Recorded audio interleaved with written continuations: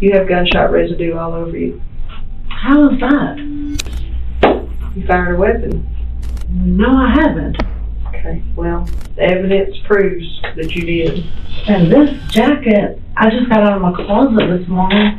I haven't even worn it since November. Your hands tell the truth. That little test I did on you? They're literally trying to blame it on you. They're trying their hardest to blame it on you when that's not true. And they're not trying anything else but to blame it on you. They're not even looking for the other person because all they're worried about is blaming it on you. To make their jobs a lot easier and just get it over with. Am I wrong? No. What time is Kate coming home? That was at 4:31. Yesterday. Yeah, 4:31. He asked me what time was Kate coming home. He said he texted her and no answer. So she's at dance practice. Who have you been having an affair with? I'm not having an affair. Do you just leave these guys on and make them think you want to be with them? I don't want to be with nobody but my husband. The stuff that's in your phone leads me to believe that you have been having an affair. En la mañana del 23 de marzo de 2018, la quietud de una calle suburbana en Olive Branch, Misisipi, fue destrozada por disparos. Tendido en el jardín de un vecino, 4 casas más abajo de la suya propia, yacía el cuerpo de John, víctima de un tiroteo calculado y brutal. La escena contaba una historia no de un solo evento, sino de una huida desesperada por la vida. La evidencia sugería que John fue emboscado primero cerca de su camioneta en su entrada, antes de ser perseguido a través de múltiples jardines, donde finalmente fue disparado de nuevo, esta vez en la cabeza.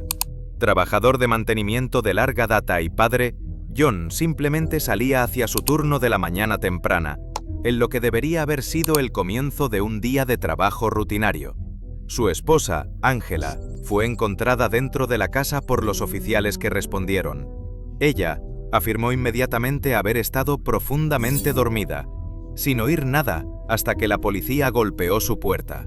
Sin embargo, la evidencia física comenzó a contar una historia diferente.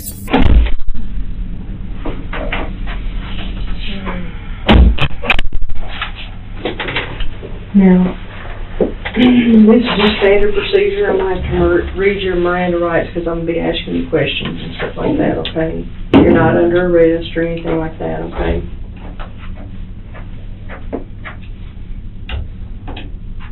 This is your Miranda form. It says you have the right to remain silent. Anything you say can and will be used against you in a court of law. You have the right to talk to a lawyer for advice before we ask you any questions. Have one present during questioning. If you cannot afford a lawyer, one will be appointed for you before any questions, or if you wish. If you want to answer questions now, a lawyer to stop at any time until you talk to a lawyer. I have read and understand. I understand what I'm doing. No promises, threats, coercion of any kind has been made towards me. I'll get you to initial in these 5 blanks here, and then if you want to talk to me, you'll just initial here, print your name, and sign there, okay? And like I said, you're not under arrest. This is a process of elimination.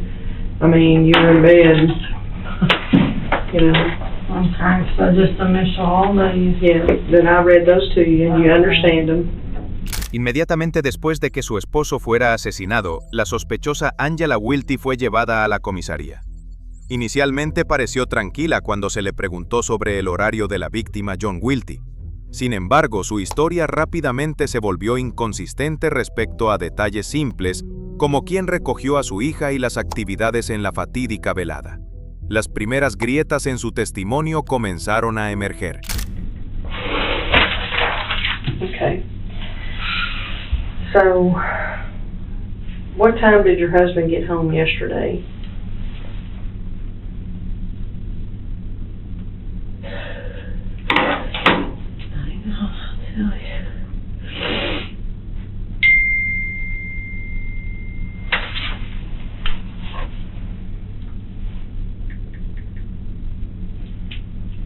He said he had to stay over.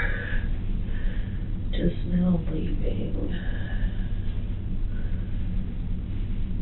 3:15. 3:57.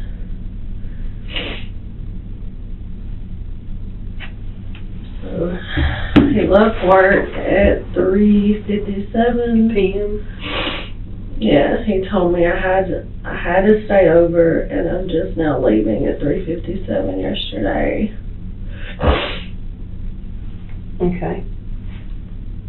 I know he texted his daughter after he got home wanting to know where she was, because I had to pick her up from school yesterday after dance practice.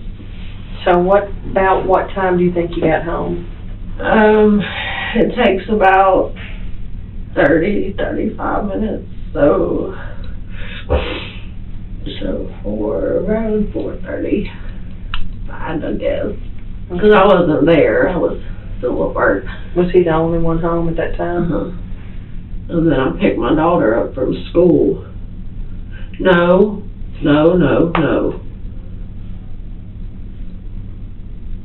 What was yesterday? Thursday. Thursday, yeah, because I worked yesterday. We had appliances delivered over there. And I picked up my daughter from school at, what time did I pick her up yesterday? I know Wednesday she got picked up at 6. Yesterday was tryout, so it was like 4:30, I guess.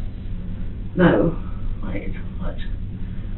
Oh my God, that's why I needed my book. I write down everything. I picked her up from school yesterday. I do know it was after 4. Do you have a text message from her saying, "Hey, Mom," or anything like that?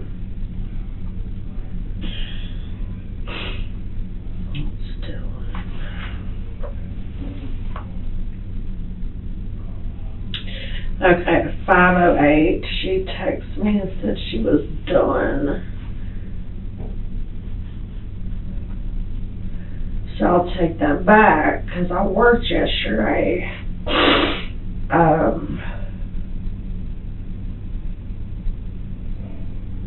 I told her I was on my way back to Olive Branch, so Dad went and picked her up. I said I headed to school unless you call your dad because he's already home. That was at 5:19. So Dad went and picked her up yesterday, and I met them at the house. Did y'all drive in all at the same time? No, I actually got to the house right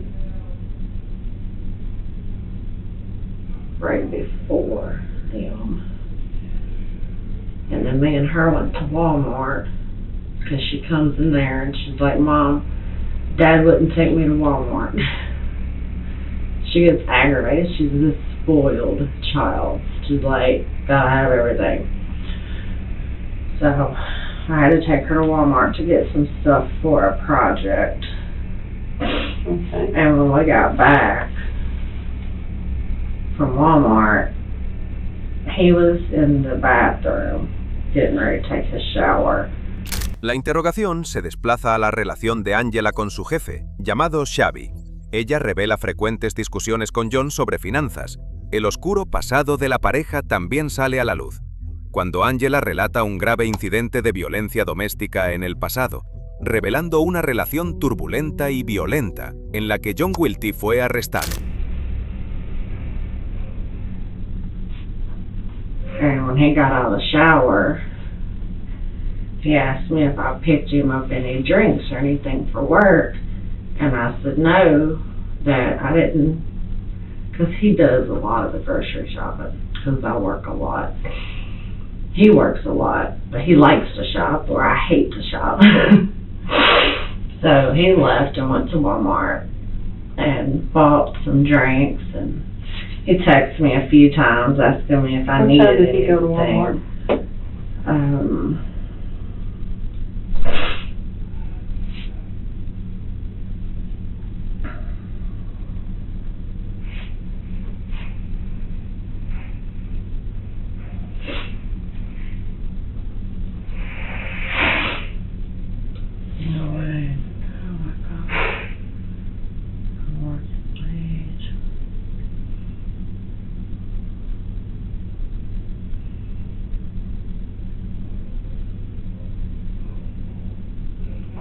him. It wasn't last night, it was Wednesday night. He went to Walmart. Oh my God. It was Wednesday, he went to Walmart. Yesterday was Thursday.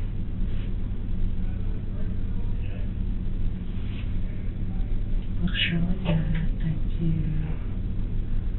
What time is Kate coming home? That was at 4:31. Yesterday. Yeah, 4:31, he asked me what time was Kate coming home. He said he texted her and no answer. So she's at dance practice. So,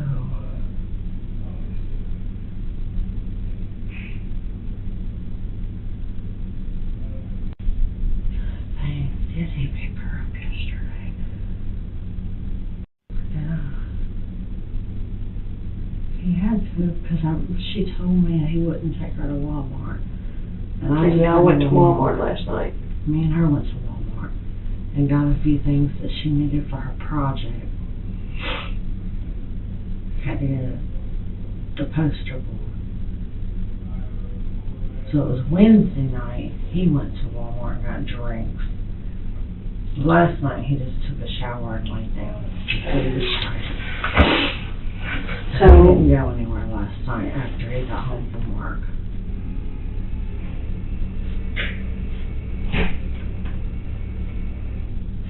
And I know at 7:30 he was laying down. He went to AutoZone.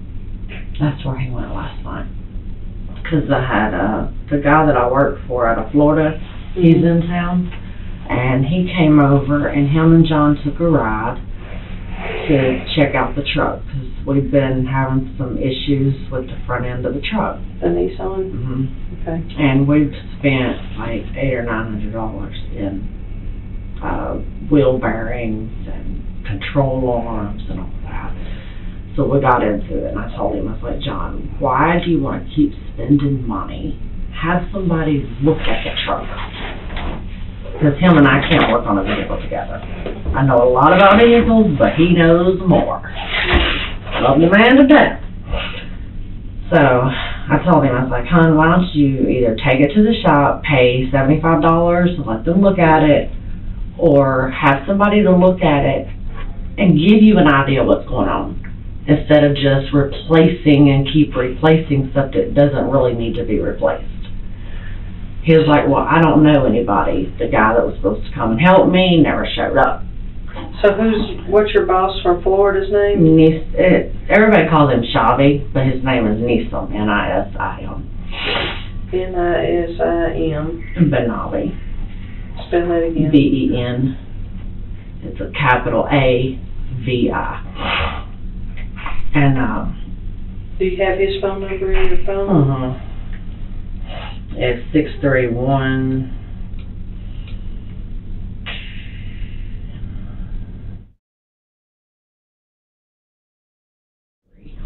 And where does he stay when he comes in town? He has an RV, so he stays out off of Walnut Grove at the agricultural park over there. But he came over, and he's the one helping move my bed, getting the doors to where they'll open and all that. And I was like, well, John, look, Shabby's here.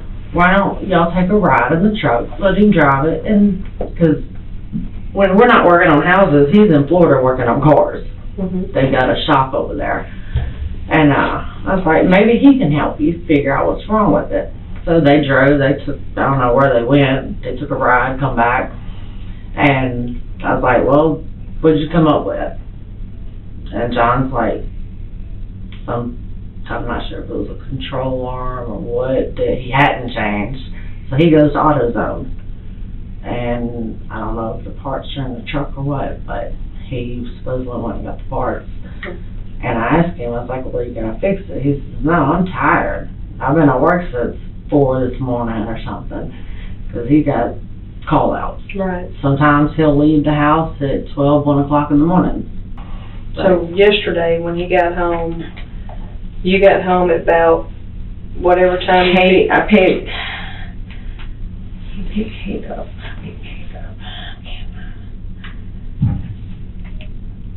This is gonna bother me.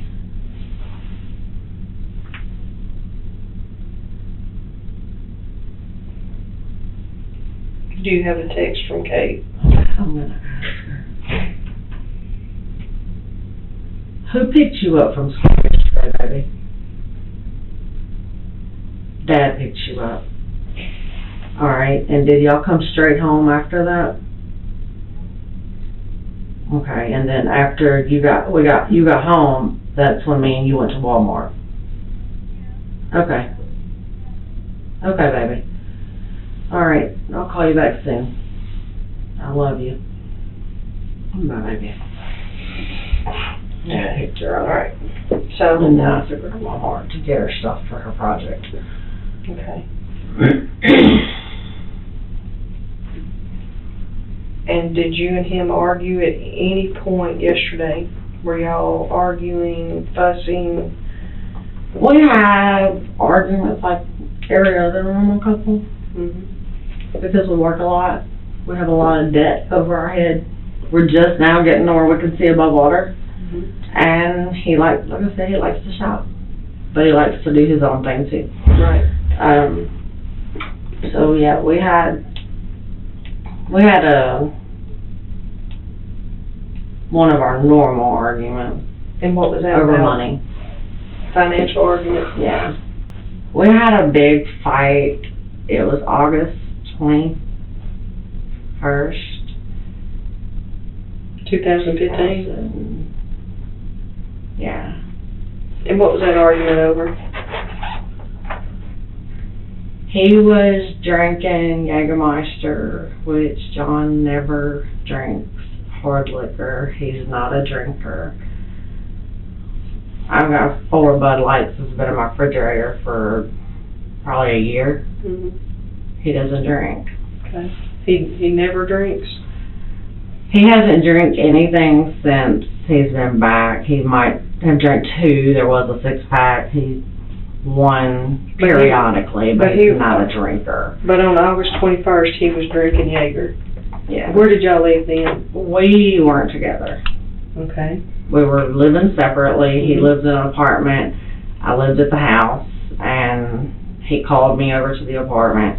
He had been drinking. We had had a big fight prior to the incident, and he beat the shit out of me. So you went over to the apartment, y'all got into a fight, and then he beat you up, and then what happened? He went to jail. You called police? No, I didn't. I wasn't able to call the police. He was trying to kill me. He told me. Somebody else called the My son police? did. My 18-year-old. Was he with you? He was driving. I wouldn't drive that night because I've had like 2 Smirnoffs, and I'm not going to drink and drive. Okay. And I told him, John, I don't need to come over there because it sounds like you're upset. So we ended up, we've gotten through all that. We've got fines. Well, he has fines to pay. He's on probation. We moved past all that after him and Gia split up and he came back home. So what apartments do you live in? Oh, God. I don't even know the names of them. I know it was off of, Houston Levy. You go down Winchester. You go down Hacks Cross to Winchester, take a right, and it's an apartment down off of that road. I can look it up, that's fine. That's one of his lives. He's only had 3 addresses in the last. Los investigadores profundizan en las complejas relaciones de John Wilty, particularmente con su exnovia llamada Dia, quien es descrita como una adicta a la heroína. Ángela afirma que Dia era una influencia negativa, conectada al misterioso gasto de grandes cantidades de efectivo por parte de John. Una hipótesis sobre un caso que involucra drogas o celos de un tercero comienza a tomar forma. Does he have a good relationship with all them? No. He talks to Josh. He talks to Ashley. But him and Chris, during the time him and I weren't together, him and Chris had a falling out because Chris would borrow money and never pay it back, or just only call him when he needed something. And then Crystal, I don't know why he didn't talk to her much. She blamed John for not being there when they were little. And they all have the different parents. Josh and Chris have Twins. one, Mm-hmm. and then Ashley and Crystal have one, Okay. and then John Paul has another one. Okay. So there's 3 baby mamas, and then we got Kate. Okay. Like I said, John was never a bad person. He was never a hard drinker. That incident, and I couldn't do anything because the state took it in their hands when the incident happened. But I told my son, you should have never called the cops. He was like, Mom, you cut him open. You cut him open? During the incident, and I don't even remember doing that. Where'd you cut him? On his knees. Both of them? That's what he told me. Because when I've always carried a pocket knife on me, which I don't have today. But, and I guess when he was, because I know he had me on the ground, beating me in my head, telling me he was going to kill me. And I don't know, that fight or flight kicked in, and I just went to swinging, thinking that he would back up. I don't know. But, like I said, we both drinking. We moved past it. We're almost through this 1129. We've been paying all that money out, just trying to get through that. So, that was in August of 2015. Mm-hmm. Did y'all go through a period where y'all didn't talk? Yes. And how long was that? After he went to jail, the day he got out of jail, I was worried because he didn't call nobody. Nobody knew where he was, so I went riding around looking for him. I seen him walking down Winchester towards his apartment. I stopped. I said, John, let me take you home. No, I'm not allowed to talk to you. I was like, just get in the car. You don't even got to speak to me. Just let me take you home. You don't have to walk. And he argued with me, and I just sit there because I'm stubborn, and I was like, look, just get in the damn car. Let me take you home. He got in the car. I took him to his apartment.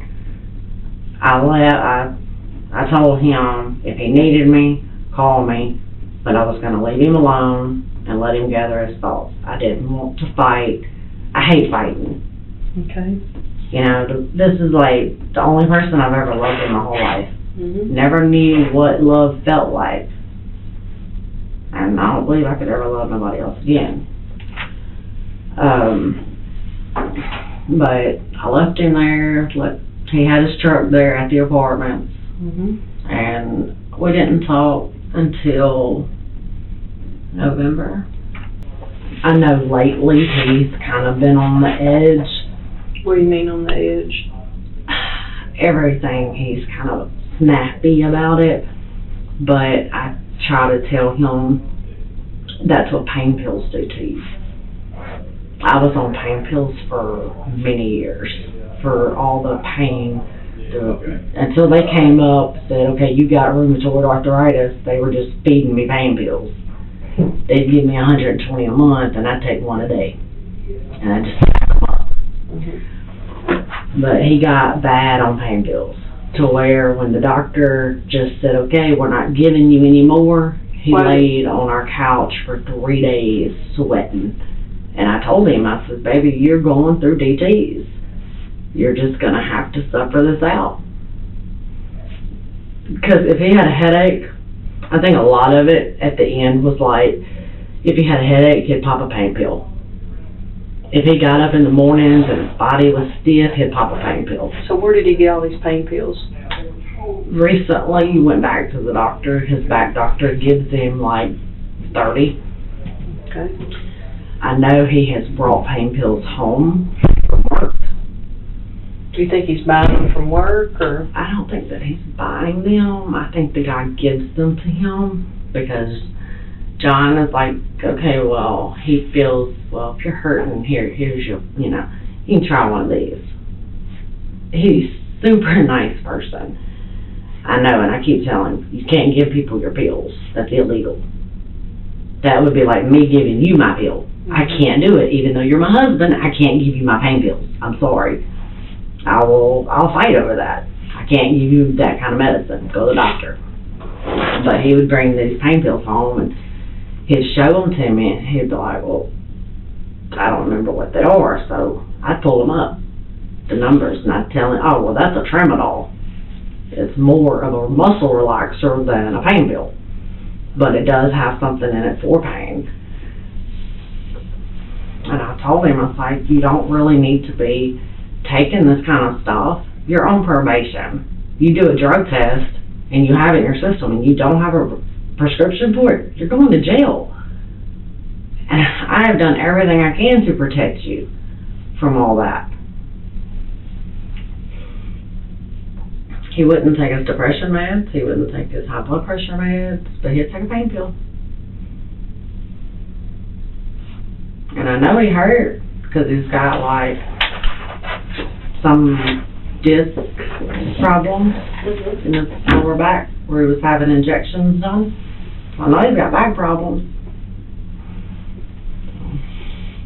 So, Dia has been out of the picture. As far as I know. When was the last time that you know of, he had contact with her? He told me a couple weeks ago. She called him at work. And that's because I know he's got a cell phone, but he's not going to use the cell phone.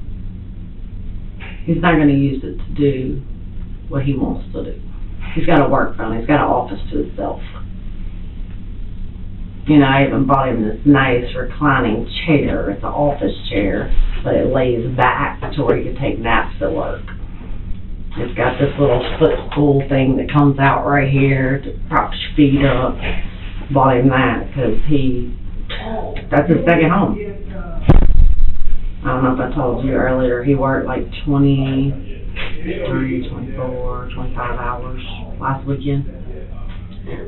All weekend. Yeah. So, Dia called him at work, and what did she want? He didn't really tell me. He just told me that she called and wanted to talk, and I was like, well, what did you talk to her about? He said nothing, I had to go. He never really told me, because I know he was on a $50,000 bond for her, and she ended up going to jail. And he told me the day that she went to jail. And I was like, well, John, if you hadn't been talking to her, how do you know she went to jail? He can't answer all that. I can't say that he hadn't been seeing her or somebody. He says he hadn't been.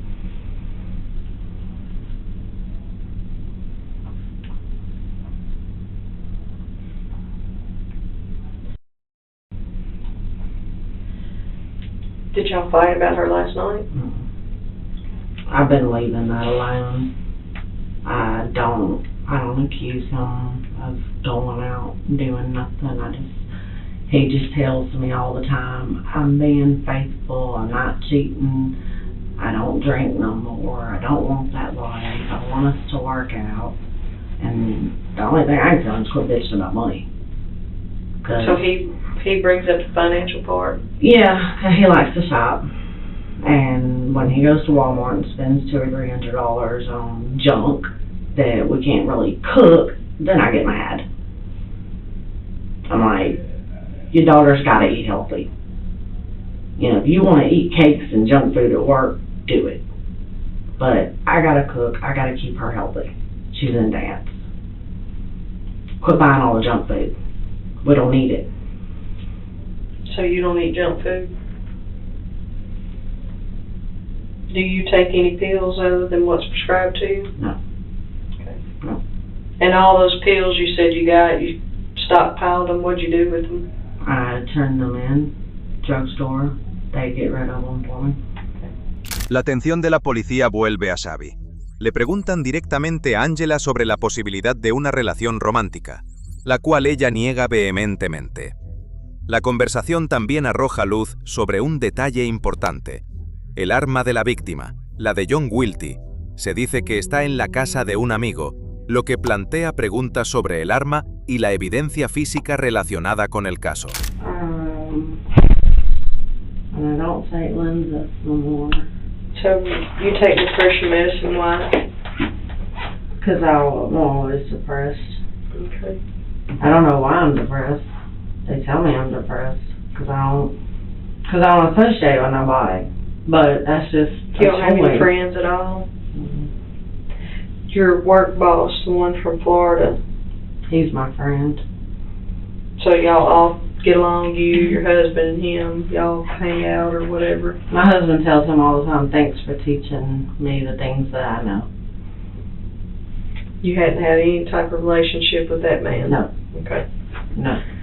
I have to ask these questions, you know, I want you to feel like I had a hysterectomy, so sex is like out there now. I don't even care for it.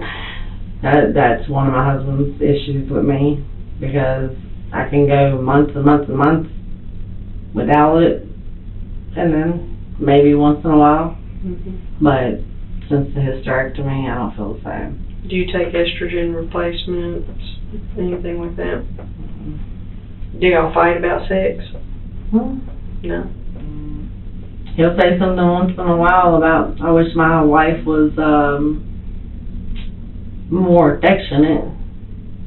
But how can you be affectionate if you're out there hanging sheetrock and you're working your butt off all day and you want to come home and just relax?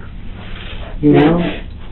So, Dia, let's go back to Dia. What type of people does Dia hang out with? Do you know? Drug kids. And Dia, At least somebody that stole his car. you think she had that car stolen, or you think?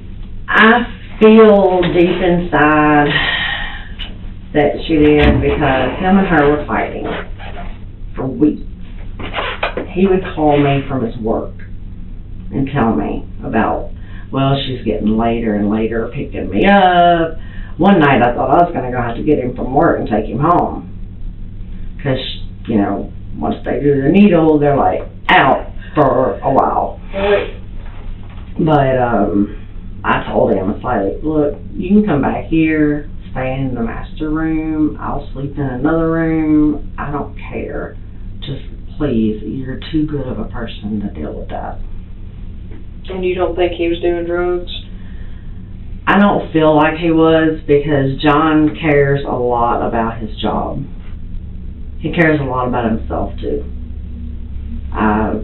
Like I said, I think the only thing John did was pain pills. At one point, he was on somas, and that's been a few years back. He was taking somas like they were candy. He was buying those. So he buys a lot of pills off the street? Well, I can't say he does or he don't. I can just say that the man's never broke. He'll go to the bank, he'll get him $200 out of the bank, and I'm like, well, what do you need $200 for? I don't even walk around with $200. And I buy materials for work, and, you know, I'm constantly buying stuff for work, and I don't even walk around with that kind of money. So he'll get like, once in a while, he'll go and get him $400 out of the bank.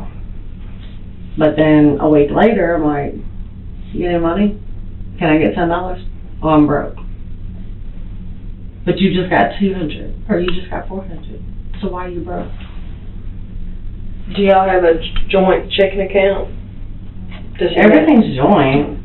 I mean, when he moved out, did he have a separate account you didn't know about, or? He had an account.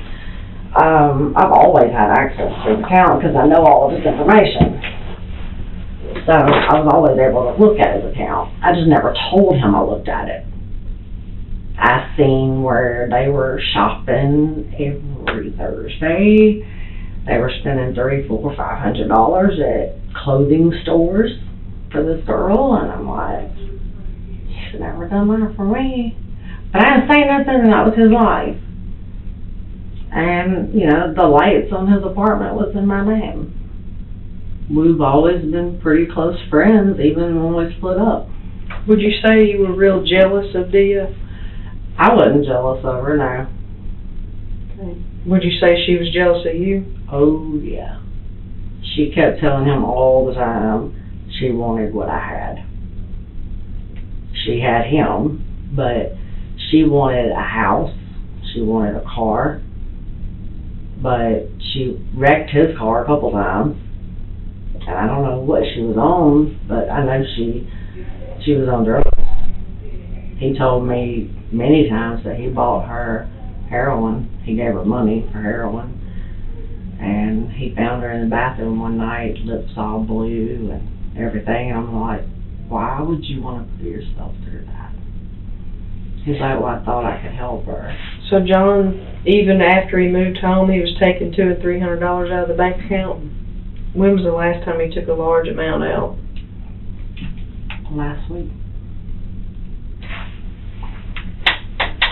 Every day.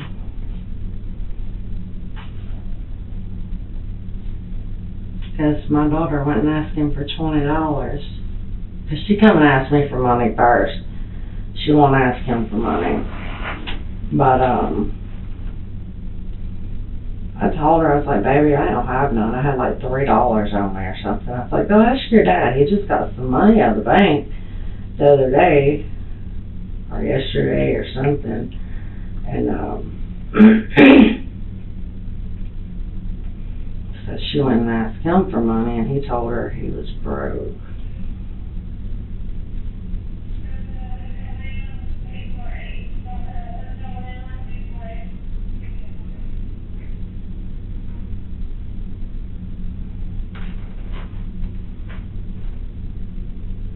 $200 on the 10th.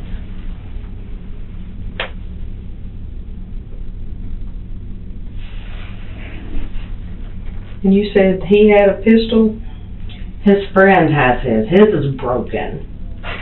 What kind of gun did he have? I'm not sure if it was a 9 or a 45. I know, I don't know a lot about guns. Like I said, the one y'all have of mine, I went to Arkansas after we got it, and we shot it down on my cousin's place where they hunt. Mm-hmm. That was the first time I ever even shot the gun. And then I took my son to the gun range before he went to the Army, and I let him shoot it. But as far as me shooting the gun, I think I've shot it twice over in Arkansas. So I'm real nervous with them anyway, because Yeah. it's got too much kick for me. So John's gun, what friend of his has it? Terry Rutherford. You want his phone number? Yes, ma'am. I have it. Where's Terry live? Her name down. One Lake. It's out off of 301. Caroline Road. Probably the county.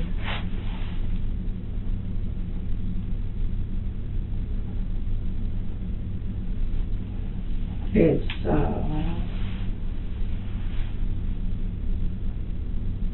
it'll pop up here.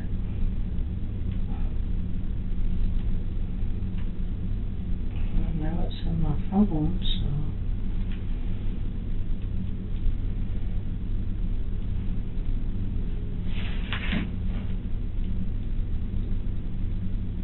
Oh, I swear it won't show up in my.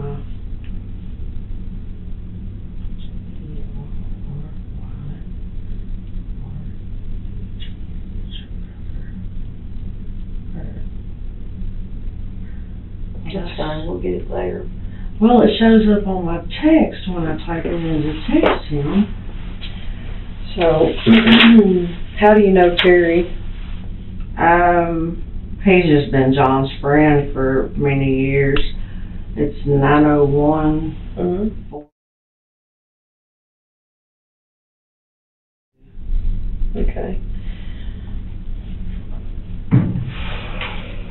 He's been John's friend for a long time. When me and John first got together, I was 19 years old. About 3 months after we got together, I found out I was pregnant. with Oh, Caitlin. really? So, the first year we were together, we had a kid. The end of that year. But, he's been friends with Terry pretty much ever since he's been out of PMC.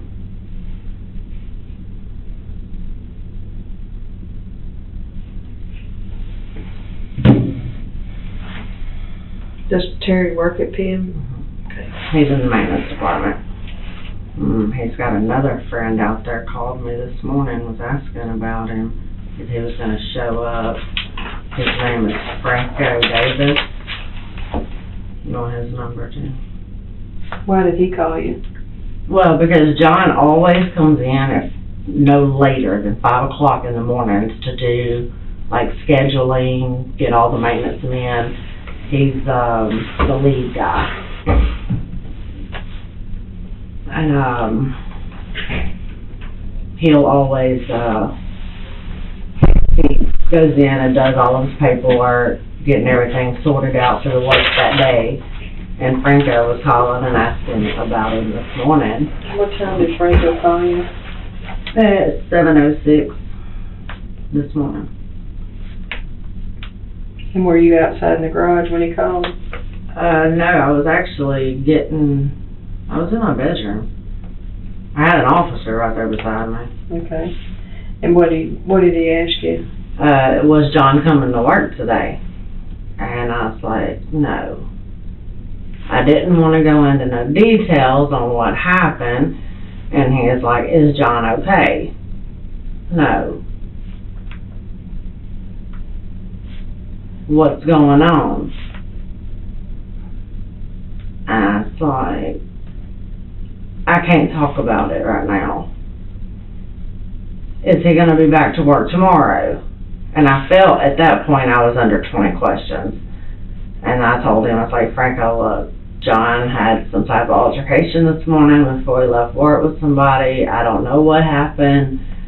It's just in the beginning of it, but John got shot.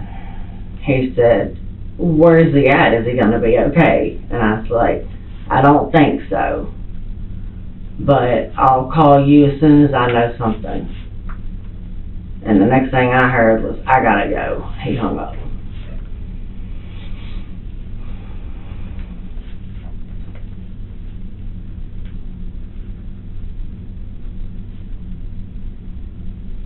But anybody out there at work can tell you, John's like, he's super nice. I can't see him having an altercation with somebody like this.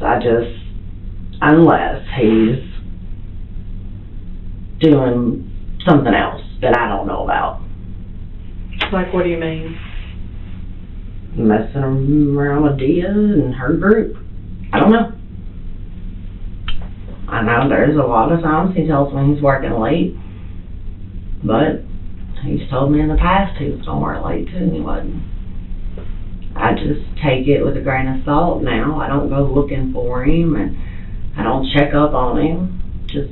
I just believe what he tells me now. Hey, you're working late. I got to go get Kate at school at such and such time, or I got to go to physical therapy at such and such time. You know, I have to go to physical therapy because of my car accident. Does John have life insurance at work? I believe so. Do you know how much the policy is? I don't. He never brings check stubs home or anything.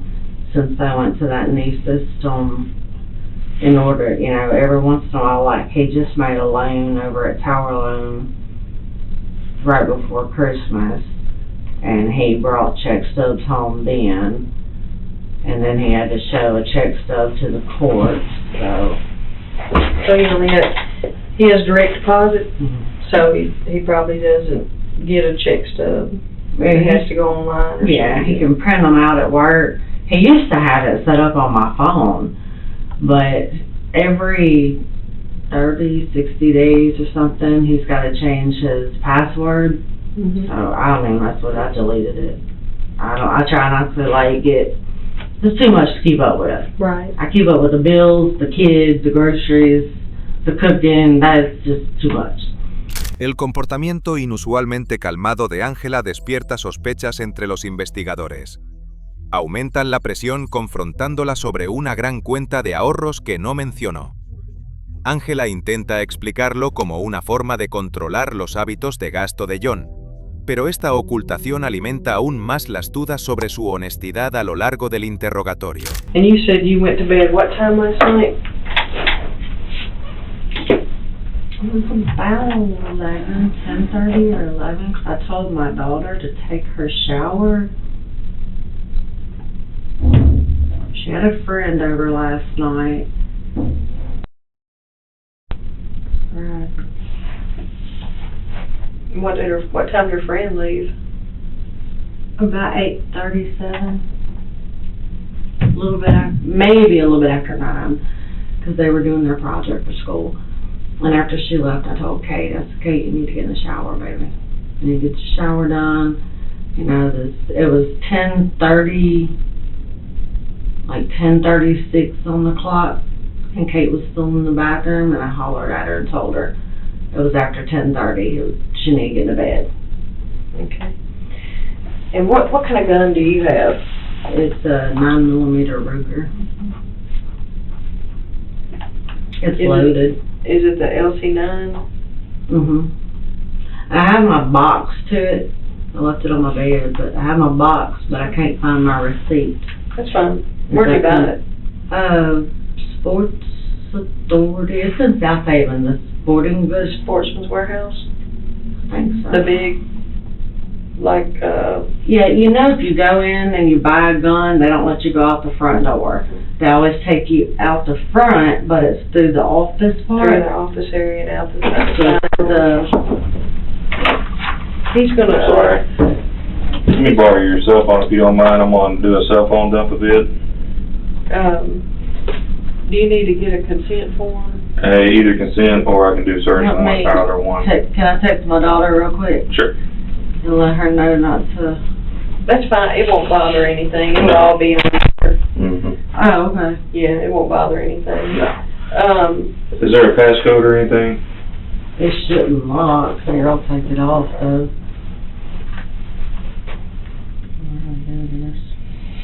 Connections, sounds, notifications. Lock screen. Oh, where was that? Yeah. Oh, there it is. Screen laptop. Look at you. I have to do this all day. Do you have any objections to him? I feel like I'm being accused here now. But No, This no. is a process of elimination. You know, when a spouse, something happens to a spouse, you have to eliminate the other spouse.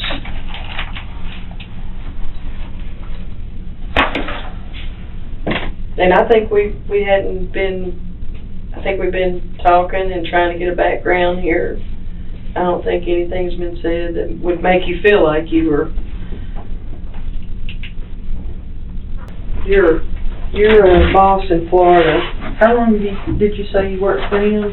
I've been working for him since about June of last year.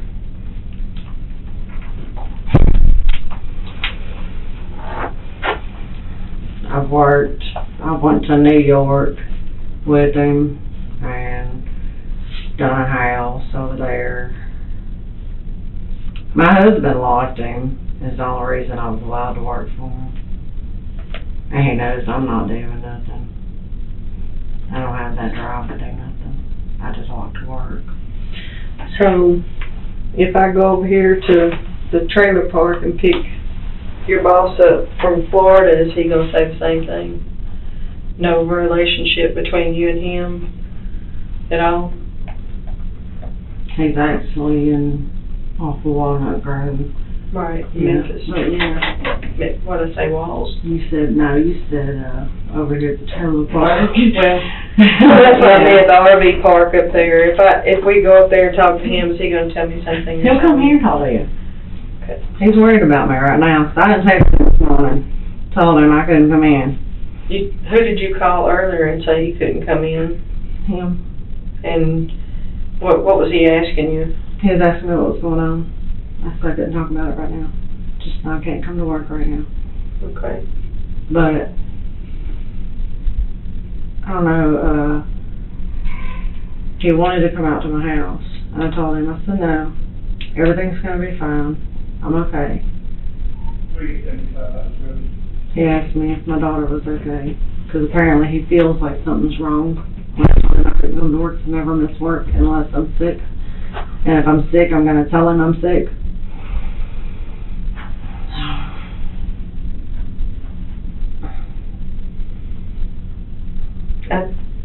I mean, just talking to you, you're calm, you're cool, I feel like there's more to y'all's relationship than what you're actually letting me know.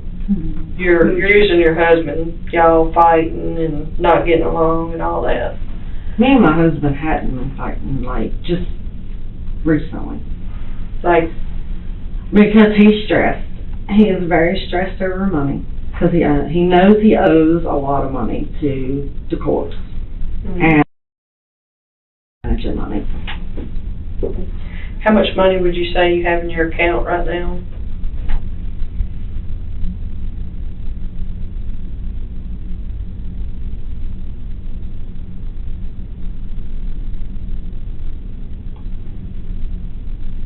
He just got paid yesterday. So y'all aren't hurting? We're not hurting, no. But I don't always tell him everything we have. So he doesn't know you have $16,000 somewhere else? He does know. He knows we got money. He don't know exactly how much. Because if he knew exactly how much, we would be running out buying something we don't need right now. My thing is I want to pay all of our bills off, which we're working on it. He just paid cons off the other day. It was like $570 for some furniture crap that we probably don't need. But he likes to shop. He wants a sports car, the one that we can afford. And I could be okay with that if we didn't have the truck payment. I just can't see having two really, really high payments. Because I don't work every day. I don't work all the time. Like, winter months, it's hard to find some work. Because I can't work in the cold at all. It kills me. Does your husband talk to the guy you worked in Florida? Do they have like a talking friendship? Do they call each other and talk? No, they don't talk to each other on the phone. They text or anything like that? No, they don't. No. Does your husband text anybody? Just you, other than you and... No, he texts his kids, Franco, Terry, a lot of dirty pictures to the guys at work, men stuff. But no, me and my husband don't have a horrible relationship. Have normal family issues. Because I've been doing this a long time, okay? I got 20 years just at this. I'm scared to death right here. I ain't even gonna lie, I ain't never been in the jailhouse like this. Well, I'm gonna tell you right now, I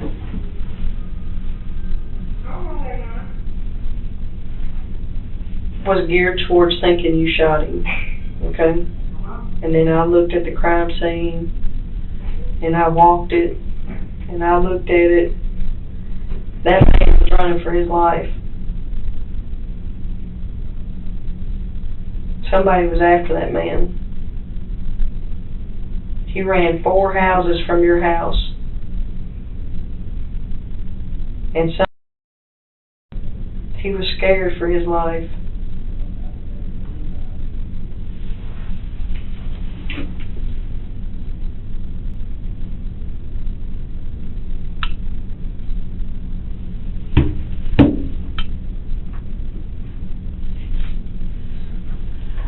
don't know who else he...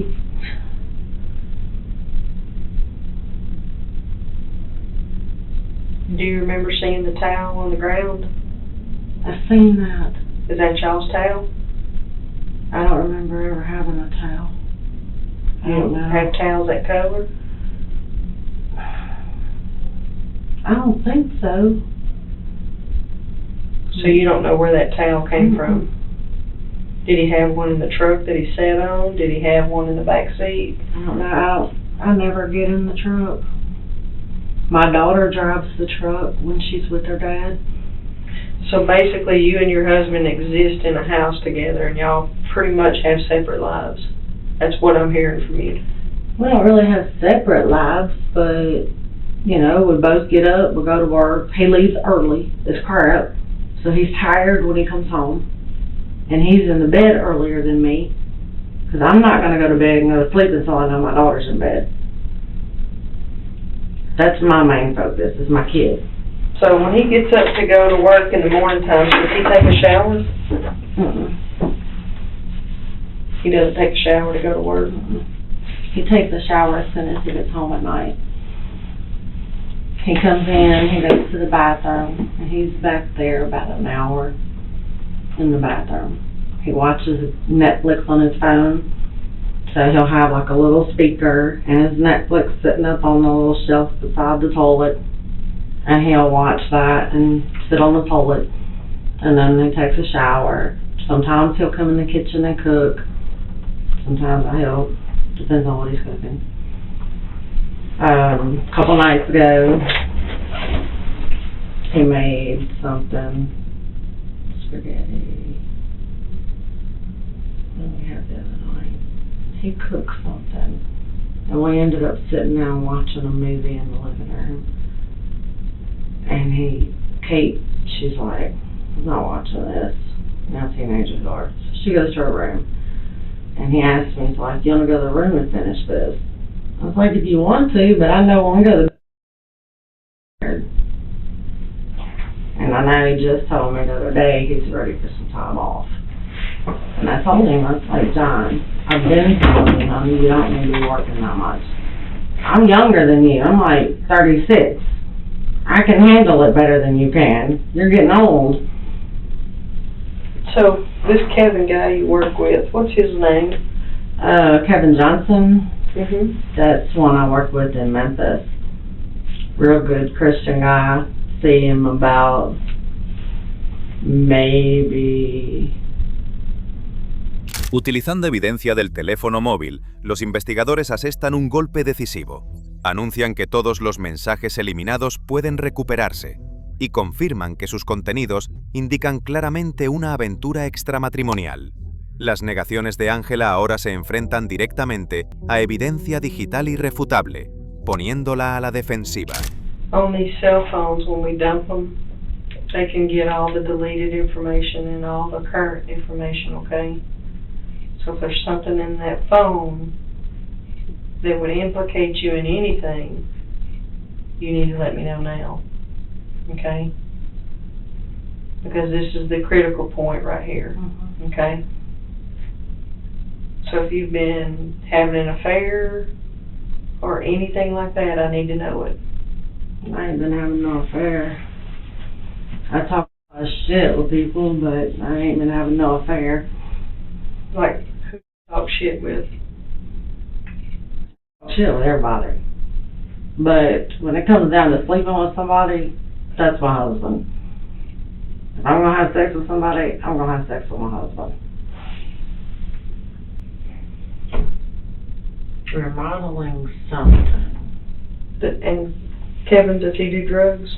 No, I don't know Kevin that well. Like I said, I just started working for him in January. Mm-hmm. I see him every Friday when he pays us, and I talk to him maybe once or twice during the week, and then other than that, I don't see Kevin a whole lot. He'll bring materials to the job. He may stay around for a little while and help out, but I don't talk to him a whole lot.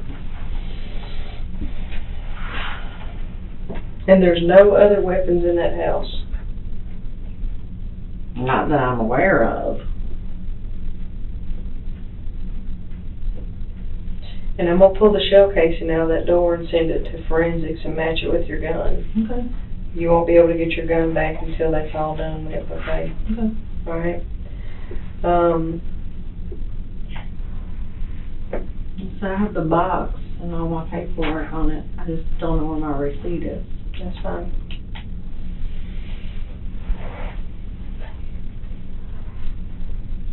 Where did your daughter go? Whose house did she go to? Trisha Walker. Where they live? Down off the Center Hill Road. Does she go to Center Hill? Yes, ma'am. Center Hill High. Is that her friend that was at the house last night? That was one of her friends from school. But was she at y'all's house last night?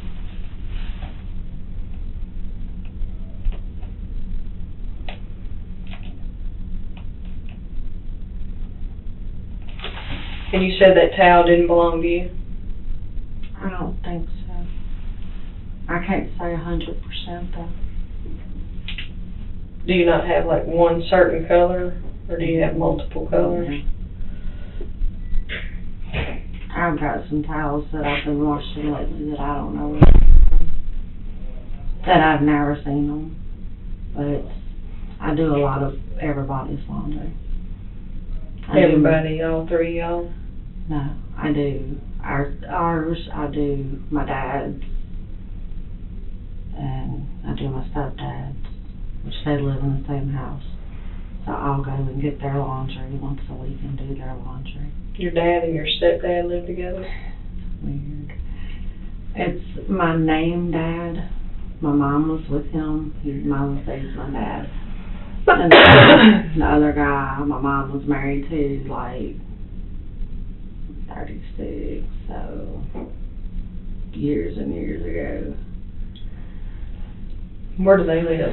In Memphis, on,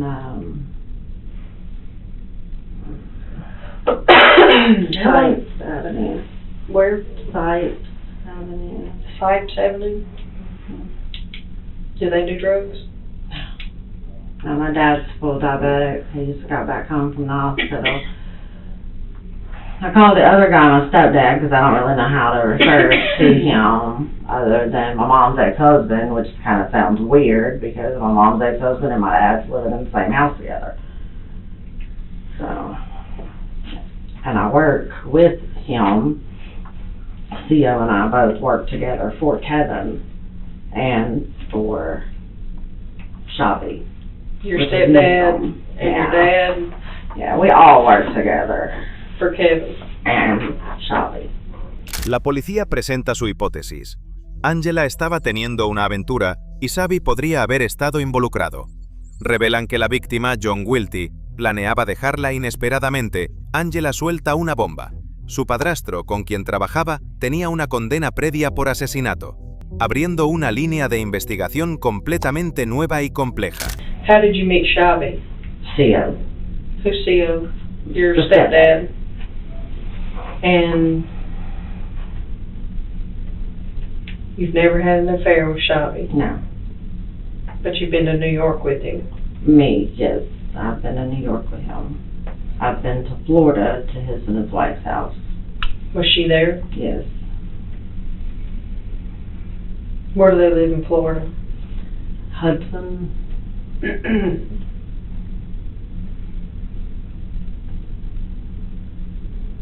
No, I'm faithful to my husband when it comes to laying down with another man.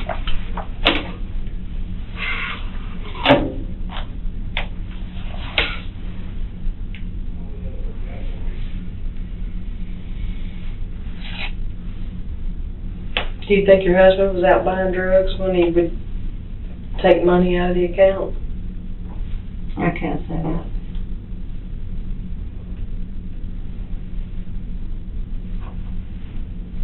He tells me he just likes to have money on him. I like to have a little bit of money on me too, but not $200, $400 at a time. And last night you never heard any gunshots, or anyway.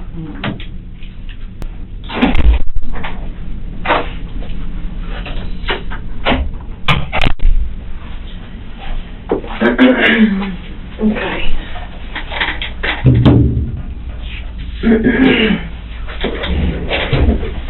Now, I told you that phones, when we download them, we can get information that was deleted. So, I got a little more information, and I need you to be completely honest with me, okay? I know some things have been going on between you and John, and y'all hadn't been getting along.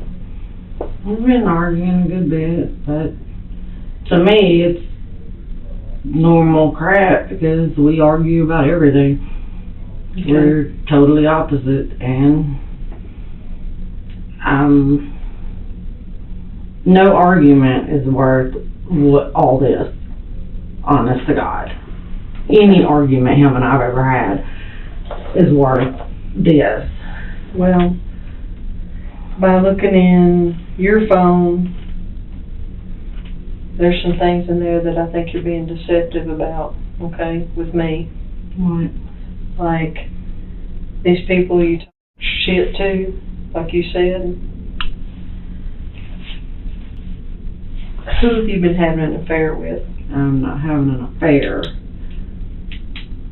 Do you just lead these guys on and make them think you want to be with them? I don't want to be with nobody but my husband. The stuff that's in your phone leads me to believe that you have been having an affair. Okay? So, I need you to be completely honest with me. Because phones don't lie. No, I know. Okay? Texting don't lie. It's there. It's in black and white. And the stuff that's in his phone, he's going to leave you. I figured that's probably what we were coming to when we started back fighting over money. It's always fighting over money. But you have... The money's not the issue right now. The issue is that your husband was shot 3 times. And he was scared for his life. He ran for his life. And you know more than what you're telling me. And you can't sit here and tell me you don't. You know more than what you're telling me. I don't know anything as far as him getting hurt, because I would never want to see him get hurt. I've always been there to protect him. Black and white don't lie. You hear me? Black and white don't lie. Phone calls, cell phone locations. What's that mean? That means I can ping anywhere in this town and they will tell me what cell phone was in that location. Okay? In the location like this morning? Yeah. When I was asleep? Yeah. But you know who came over there. I don't. I swear I don't. You know I can pull all that off your phone.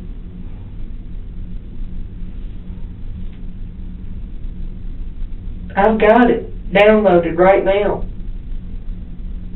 Text messages, phone calls, conversations. I know Shelby was supposed to come and wake me up this morning. What time was Shelby supposed to come wake you up? He was supposed to come over at 5:30 and wake me up. Wake you up for what? To go to work. Get up, get my daughter to Why school. would he come over there and wake you up? Because that's him, that's what he does sometimes. You've been having an affair with him, hadn't I you? swear I haven't.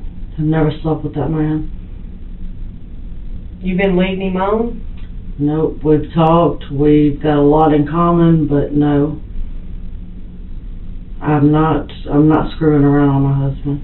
Your text messages say differently. I know. It seems like we've had an affair. But You have had an affair with that man. I swear That I man haven't came over slept this with morning you. and shot your husband, didn't he? No. I swear I don't know that. You call him and get him in here, but I don't even know that he ever came out there. I swear to If you, he I was don't know supposed to that. be there at 5 o'clock this morning, I told him he could come over at 5:30 and ring my doorbell and wake me up. why do you think your husband wanted to leave? I don't know. 'Cause he found out you were having an affair. So why hadn't he talked to me? Why would he want to? He just wanted to leave. And your boyfriend shot him. I don't know that. I You don't know even that? I swear I don't. I don't even know if Shelby owns a gun. How long you been seeing Shelby? I haven't been seeing Shelby. I've been working for Shelby. Shelby's the one came to my house last night and was working with my husband on the truck. But Is I this have something no- you and him put together?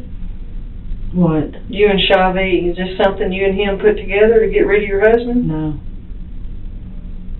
I would have never had someone to kill my husband. He is too good of a person for this.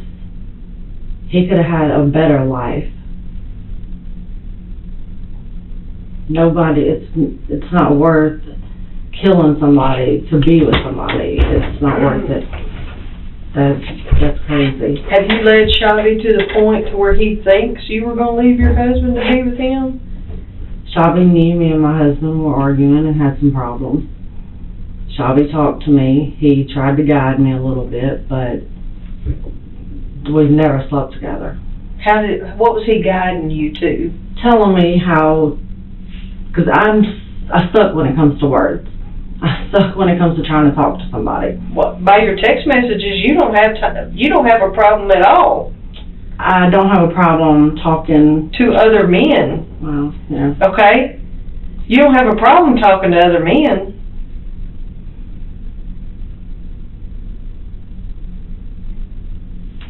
I mean, truth's truth, right? Right. It's in black and white. Can't lie about it. Did you walk outside and shoot your husband this morning? I was in bed. I was actually laid in the bed beside my husband at 10:36 when my daughter was coming out of the bathroom.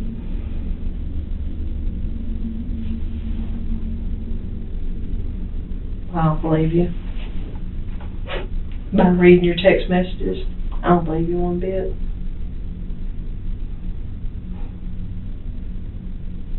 By reading your text messages, grand jury ain't gonna believe you either.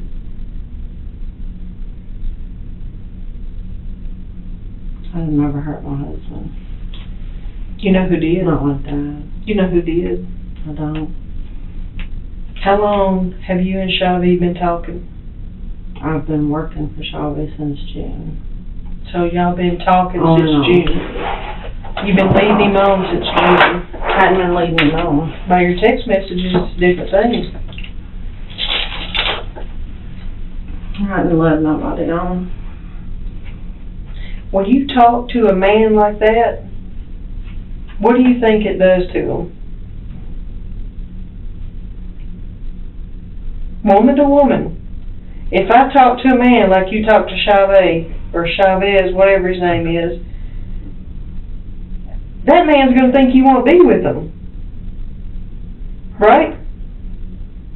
He knows I don't. But you don't talk like that to somebody. It puts them in a different frame of mind about you and them. And that's, you know who shot the man. I don't. Your daughter is not going to have a mother. Because when I take your phone and all your phone records and his phone and all his phone records and present them to the grand jury, your daughter will finish school and graduate and get married and have children without her mother.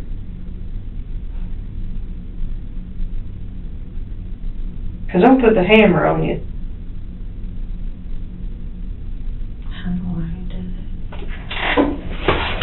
You can sit here and think about it for a few minutes, and I'll be back in here. When you get ready to tell me the truth, I'll listen to you. But when I take you down there and present you to the grand jury, your daughter will finish school without you. I can walk out now, right? No, I'm not under arrest. you're not leaving.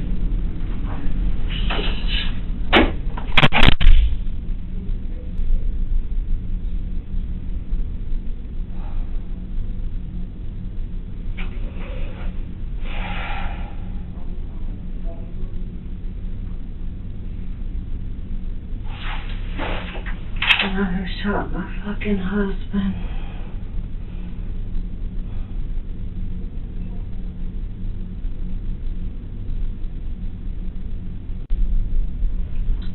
Lord Jesus, help me. Who did this? Who did this?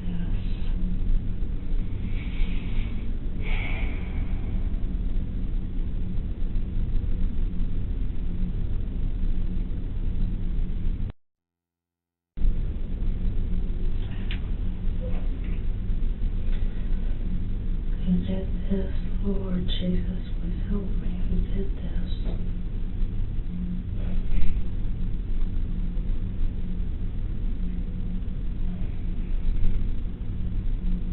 Una investigadora femenina emplea un enfoque más suave, relatando la brutalidad del crimen. John recibió múltiples disparos e intentó huir en busca de ayuda. Discuten otros posibles sospechosos, pero todos los caminos parecen conducir de vuelta a las inconsistencias en el testimonio de Angela, quien aún no puede proporcionar una explicación coherente.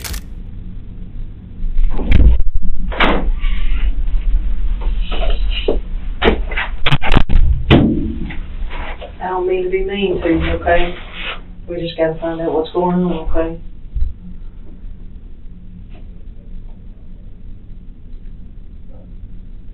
Because whoever shot him, he knew.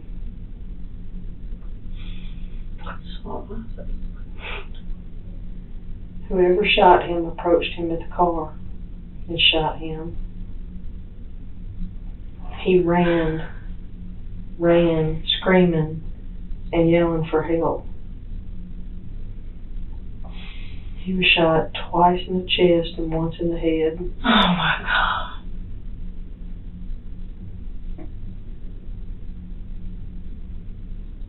And like I said, I don't want to be mean to you. I would never in my life take my husband away from my daughter like that. But would Chavez, I would he don't do that? believe he would do that. I don't believe he would do that.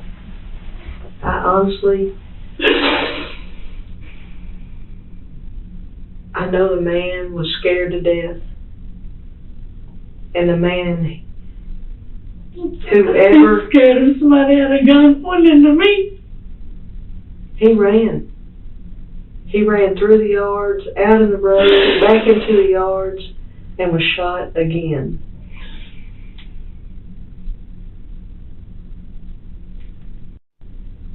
I would rather him leave me, us split up, than something like this happen to him.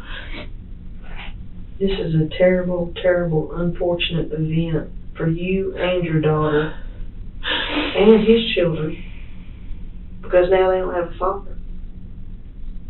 And by looking in your phone, honey, you're not innocent. I may not be innocent from talking to guys, but I had nothing to do with my husband. I could not see somebody losing their life over no kind of argument. I couldn't take my husband away from his daughter like this. Me and this man is all that child has. Have y'all just maybe fallen out of love, you and him? Maybe you didn't love him anymore, that way, that's what you were going to these other men for, how they talked to you or whatever? The things that they said to you? Even though if you wasn't sleeping with them. None of it is worth this. Remember how when you were a teenager? Okay, you and John met, y'all talking, texting, whatever. Back 16 years ago, I don't think texting was that prominent, but you remember the feelings that you had when somebody engaged you and made you feel like a new person. The text messages between, how do you say his name, Chavez? Shabby? Why do you call him that when his name starts? When I first met him, that's what I was introduced was Shabby. Just Shabby. S-H-O-V. S-H-A-B-I. Because it seems like you and him text quite a bit.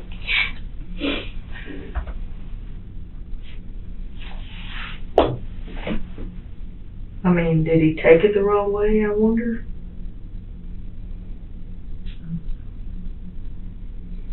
Do you think he's capable of doing something like that?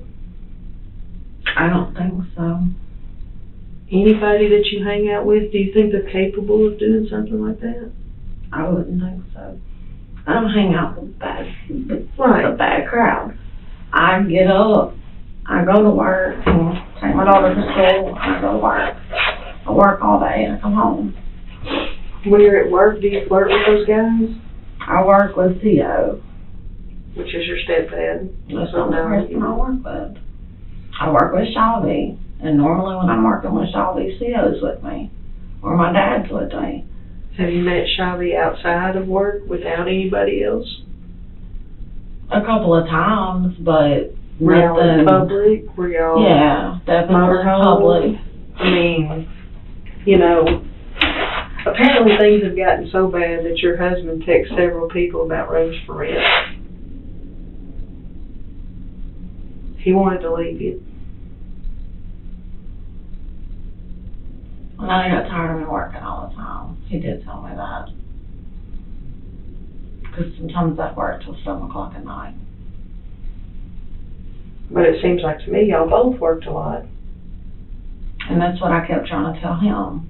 What is the difference in me working a lot when you're working the same? You're working a lot. You're working overnight. Or are you working overnight? I mean, is that his normal shift? How long has he been working this 5 in the morning shift?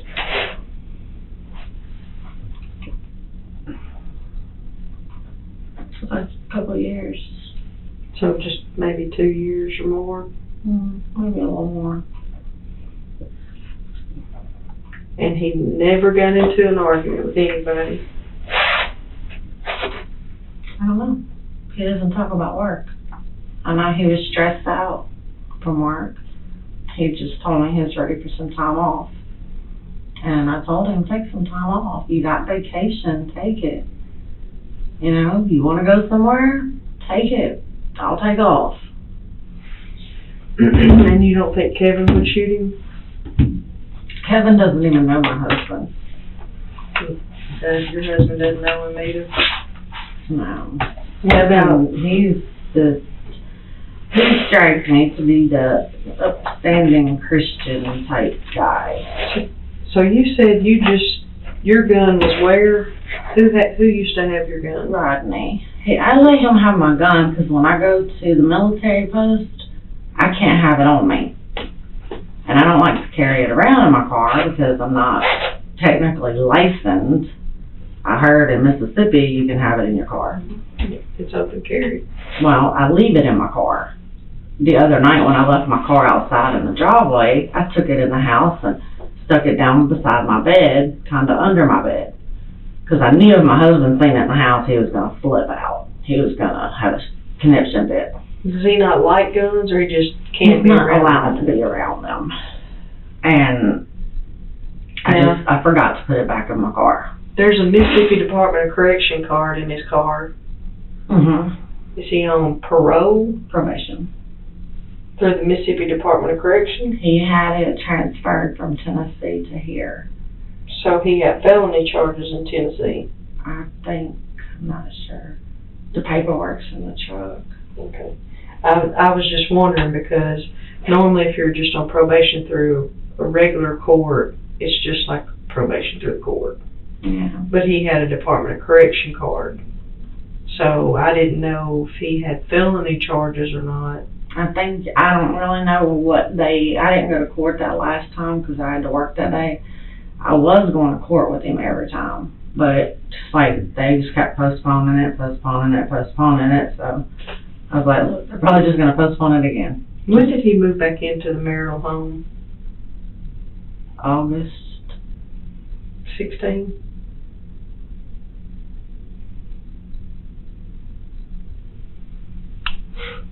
So Because you said he moved out. it's been back about a year and a half, so he told me yesterday. You said he moved out in August of 2015. He got arrested.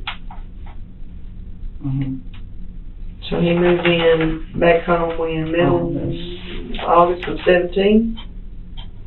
No, he's been back a year, but over a little over a year.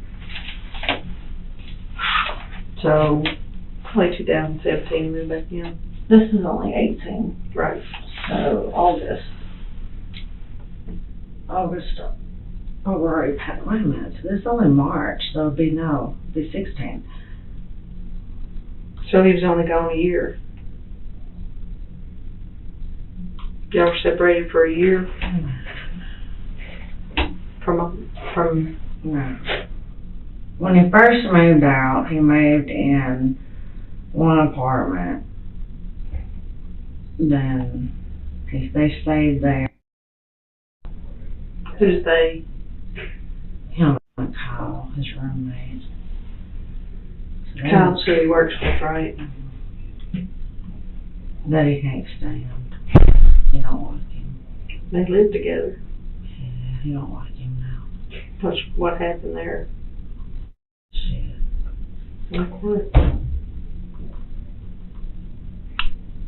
When me and John were split up, I was talking to Kyle, hanging out with him. John didn't like it. Were y'all dating? Were Not technically Did you have dating. sexual relations with Kyle while y'all were split? Well, me and John were split up, yes. And while John was living with him? Yes. John found out, and that's what the fight began over. That's the fight that y'all, where he got arrested. Okay. It was over Kyle. See, I told you, I felt like you weren't telling me everything. It was, like I told John, we were split up. He lived in his place, I lived in mine. And But why would you go out with somebody you worked with? it didn't really start out like that. It was like just hanging out, being friends. Hanging out by the swimming pool, watching the kids swim. You know, he had 2 young kids. I had Caitlin. Just hanging out. John wasn't there. He was always working or gone or whatever. And, you know, I didn't, like, go over there to hook up with him. I don't mean to be mean again, okay, but do you do heroin or anything No. like that? Have you ever? No. Okay. The only drug I've ever done was weed. Okay. And whatever prescription drugs that you're prescribed. Adderall, do you have ADHD? And do you take that on a normal, everyday basis? Well, I have to tell you, Angie, you go by Angie or Angela. By your text messages, honey, it don't look good. It looks like you were having an affair with Shabby. I ain't trying to be mean, but you know, when you talk to people in that manner? Somebody tells me all the time I have that way about me, that I talk to people and I don't realize that I do it. Like, I don't know. John used to say something to me all the time, because we'd go to the store and, like, alright, hon, thanks. And he gets mad at me for that. But that's just me, I couldn't help it. I was like, sorry, sweetie. Thanks, hon. He's like, do you know him? I'm like, no. Well, why do you say that? Do you say Okay. stuff like that to Shelby? Hon? I call Yeah. everybody hon.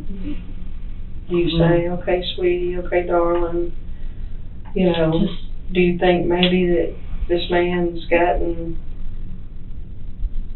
attached to you? I'm sure he's gotten attached to me, but it's not like that type of attachment. He talks and tells me all the time how, you know, we working, because him and I work, like, together, and we do things faster than me and Theo would do them. Is Theo there when he's there? Yeah. So you're never alone with him? Except for when you met him outside of work a few times? And then when you went to New York, were you and John together? Yeah. And he knew you went to New York? John was okay with it. I had my own hotel room. He stayed by his wife's daughter's house.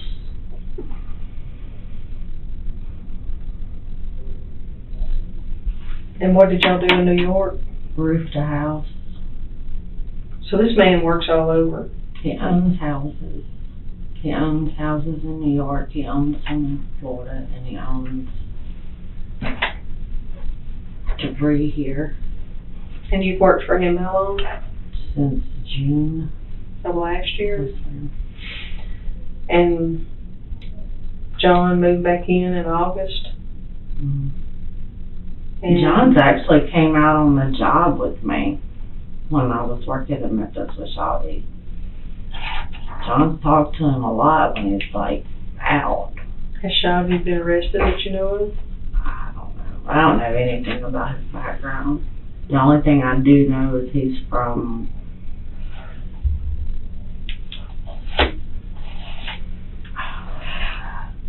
Israel originally,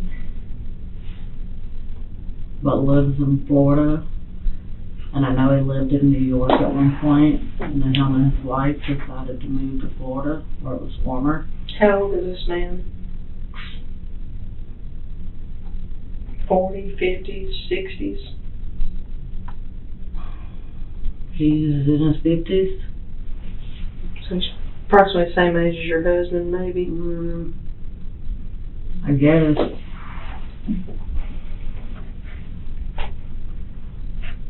Because your husband's younger than me. My husband's 50. He just made 15 August. He'll be 51 this year. Yeah, I was joking with him one day about telling him at the party. Told me I better not do that.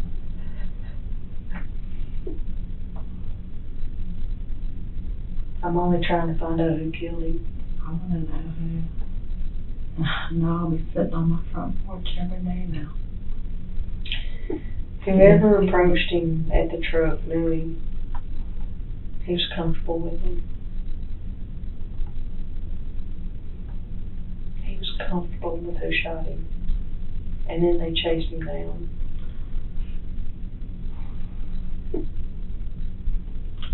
He'll be coming over.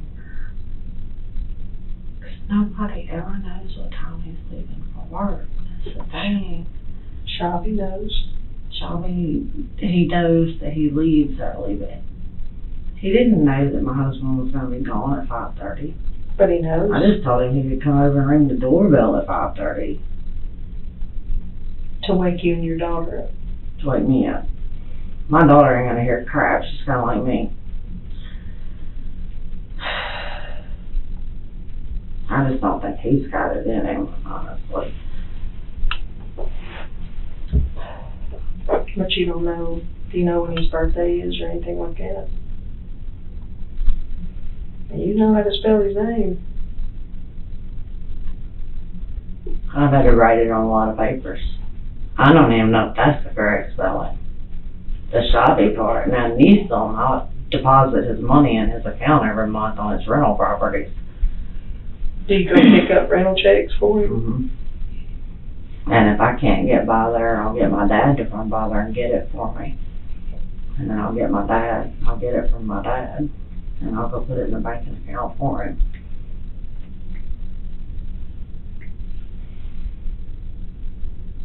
Now we'll talk to your daughter, okay? I wanna, just kinda get an insight about her dad, okay? I don't know if she'll be able to talk, you know.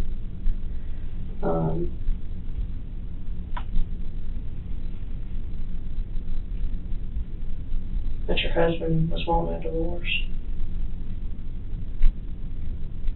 I should have stayed up there. You didn't see it coming? I knew he was depressed. I knew he wasn't happy.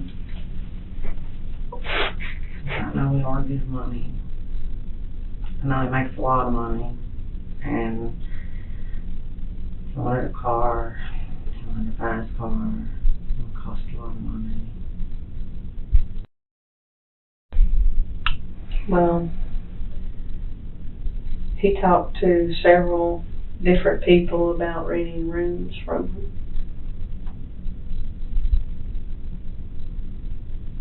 He didn't deserve this, though. That's why I said whoever approached your husband in the driveway knew him. Not deserve this. That's why I think it's someone that you know, someone that y'all dealt with, okay? Can you think of anybody that would hate him that much? Has any of your friends said anything? I don't talk to hardly anybody. My kids. Rodney? Yeah, Shabby. Rodney and John got along. They used to work together. Drug dealer? Was your husband back on drugs? That's the thing, I don't know, because he was so aggravated all the time that, I don't know. He would tell me he was staying late. Sometimes he did, sometimes he didn't.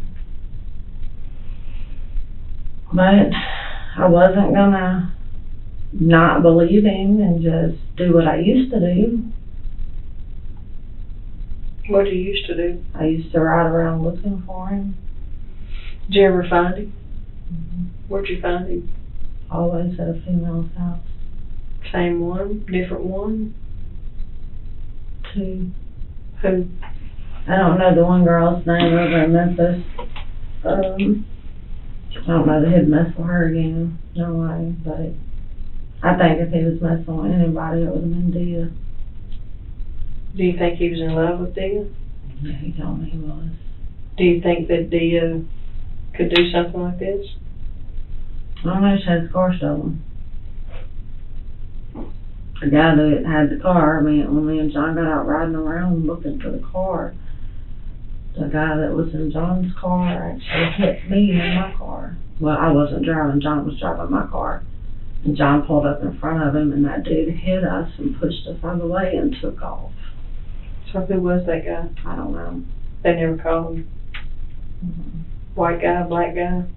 More Mexican. You think it was somebody she deals with? Possibility. You know? All things are possible. Because John never cared about having money on him, like $200 or $300. He never cared about having a lot of money on him. He's like, I'm okay as long as I have $20. And then he gets $200, and a few days later he's broke. Think he's giving it to Dia? I don't know. But it's possible. Or do you think he's just maybe buying more pain pills or something? I had to get away from that lifestyle. And did you ever marry Michael? Mm-hmm. So how long did y'all stay married? We got married April 97, and I moved out, stayed with my uncle in March of 98. That didn't last long, did it? When did y'all divorce? I was 21 when I married John. I got with John when I was 19, and we got married. Kate was born November of 02, and me and John got married in August of 03. But he wanted her to have the Wilty name, and the only way that she could have the Wilty name is if we were to get married. But she was already born. They made me give her the KC name when she was born, because that was my last name at the time. He couldn't just put his name on the birth certificate? It doesn't work when they had me fill it out. I called him at work, and he told me he couldn't leave work. Where did he work back then? Same place. Hmm.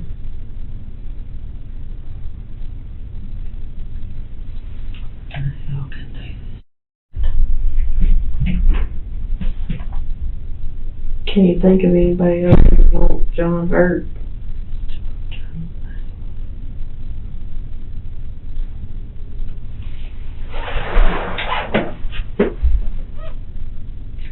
I don't know who he talks to.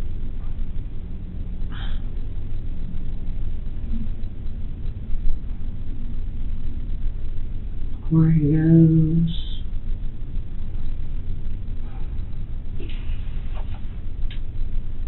What time did Chavez leave the house last night? John went in the house a little bit after, well, they sat out there and talked for a while in the house doing laundry. When him and John was outside talking about the car and the truck, and because John gets into vehicles and he loves to know about them. But Shelby left right after John went in the house. Did you talk to him before he left? Not really, just told him to be careful. I make fun of his dog every time I see him around. What kind of dog he got? I don't really know what it is. It looks like a deer, but he hops like a bunny. Jack Russell? I don't know. It's about this little, but he can jump over a 4-foot fence. And he hops like a bunny.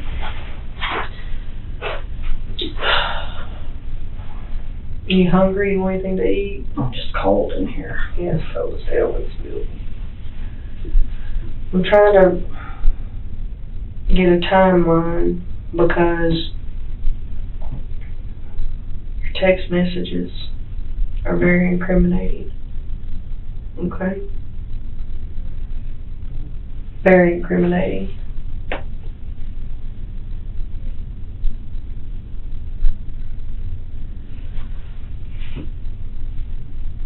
Do you know what Chavez's motorhome looks like? It was sitting in my driveway for a month. Would he like leave it parked there? Or? Yeah, he talked to John one time when he left to go back home, him and his wife. They had the Toyota, her Toyota with them. And he knew he was going to have to come back down here to work on the house on James. So he talked to John and asked John if it was okay if he left it there instead of paying for a rental place for it. John said he didn't have a problem with it. So, what color is it?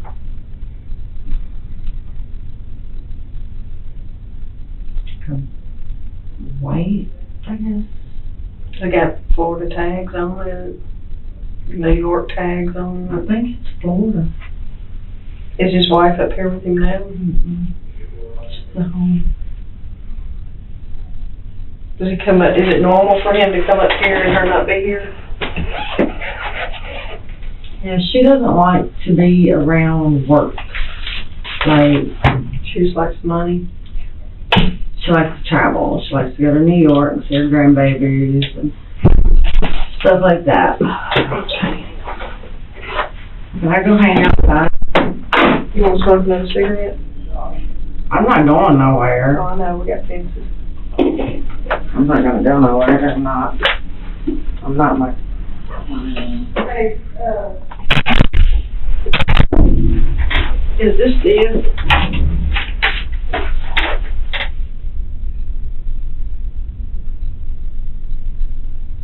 It looks like her.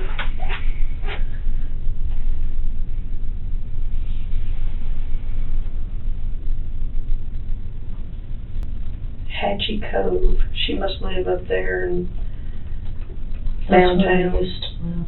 Huh? That's where they used to live.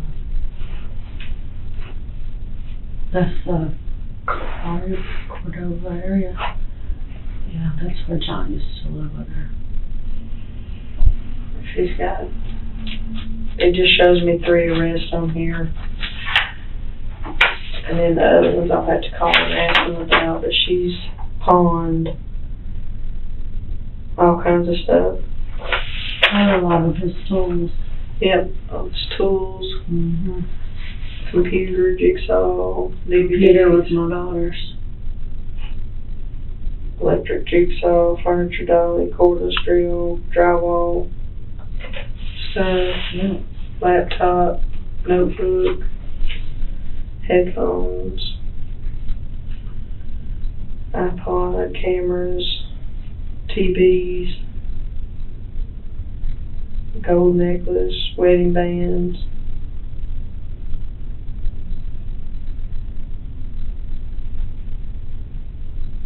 DVD players,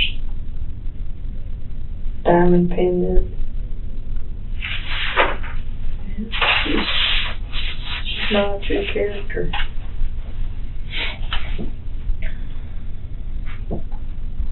That house that y'all work at up there in Memphis, where's that at?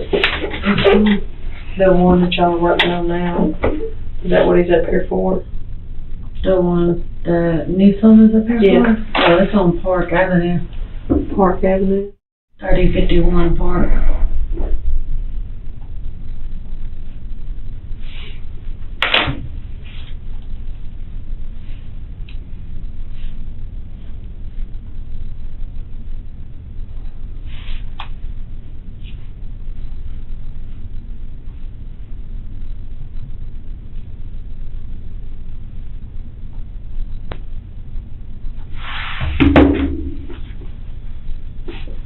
And is this like a rental property? It will be a rental property when we're done with it. It's like he bought it. One of his friends from New York bought the house. He's just, we're gonna do the work on it.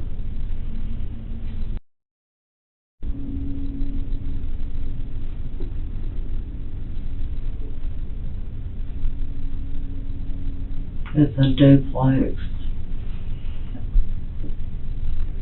Sure you're not hungry, you want something to eat?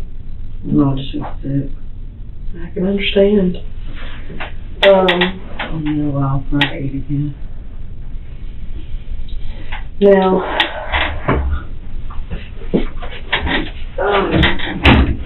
and you're sure there's nobody at this work that would do this? I didn't talk about his job. Is him and Kyle still on the outs, or? They don't talk.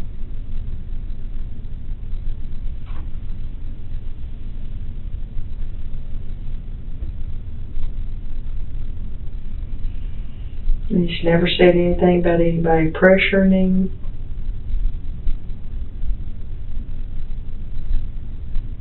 John don't talk much.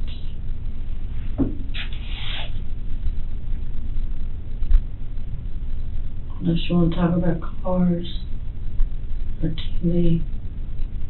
Do you know what AutoZone they went to?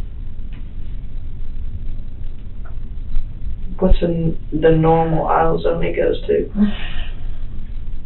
We got two right there by my house, so we got the one on 302 and the one on Hacks Cross. Not sure. You don't know which one we're down to. Well, I ain't got my phone on yesterday, so I can't tell you. It was $68. Spent it on his own. So there should be a part there. Should be a part in the truck. I didn't see one, but he could have put it in the garage, you know. Mm-mm. He might have ordered it. Might be in today or something. I don't know, because I asked him about it last night when he got back. If he was going to fix it, he said no, he was too tired. So, and I know he was tired because he's been working a whole lot of hours lately. Is him and Caitlin, are they real close? Not a whole lot. He gets irritated because she's a teenager. It's normal. I mean, it happens. Yeah. She likes to play her music real loud. She don't like to help clean the house. She don't want to pick up dishes. That's just This is that teenage age. stuff, yeah. But she loves her daddy. Well, I know I miss my dad. My dad wasn't taken from me in that manner, but he died at a very early age from, you know, health issues and stuff like that. And I was just like your daughter. I wasn't that close to my father like that. But I miss my dad every day. And I know that Caitlin would want to know who did this to her dad. I'm gonna find out. And Every waking moment, I'm gonna find I out. want to know who did this to her dad. You want to know who did this to her I'm dad. gonna find out who did this. And, you know, I've read... Can I have your card? Yeah, I'll give you one of my cards. I'm gonna find out. This is somebody that y'all know. Every waking moment. This is somebody you know. Somebody John knows. Somebody y'all have had some type of issue with. Could be Chavez, who knows? I seriously don't think it would be him. He liked John. Him and John got along. He may think he wanted to be with you or something, you know. You know. But your daughter doesn't deserve to go through No. life not knowing what happened to her dad. No. Not knowing is going to kill her. Not having her dad walk her down the aisle when she gets married. And, you know, I'm going to look at your phone once it finishes getting downloaded. I've pretty much looked at everything in John's phone. I know he was going to leave you. I know he wasn't happy. I knew he wasn't happy. I knew he was depressed.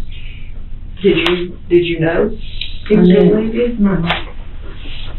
I knew he was depressed because he wouldn't take his meds. I knew he was depressed, but no, I didn't know he was going to leave.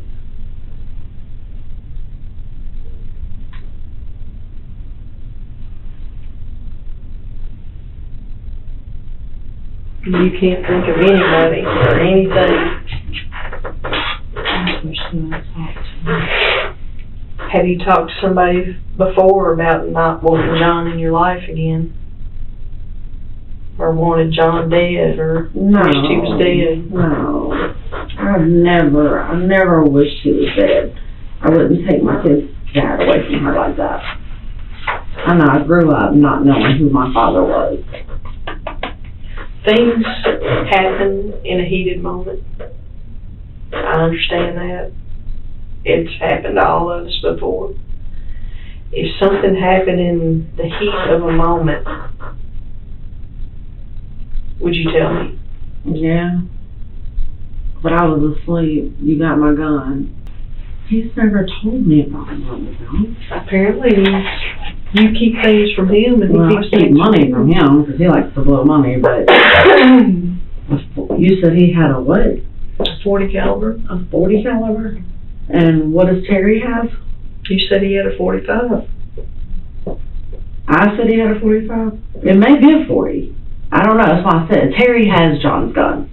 The pin, some type of pin, I don't know what it was, that locks the gun, because it has a key lock thing to it, it's gone.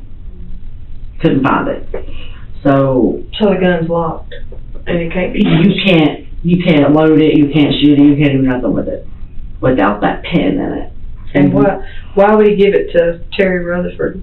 Because when he got put on probation, they said no guns are allowed in the house. But you brought yours there. Because my car was outside that night.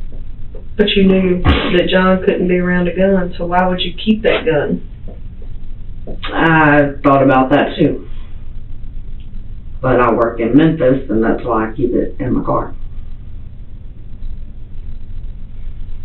What if somebody stole it out of your car?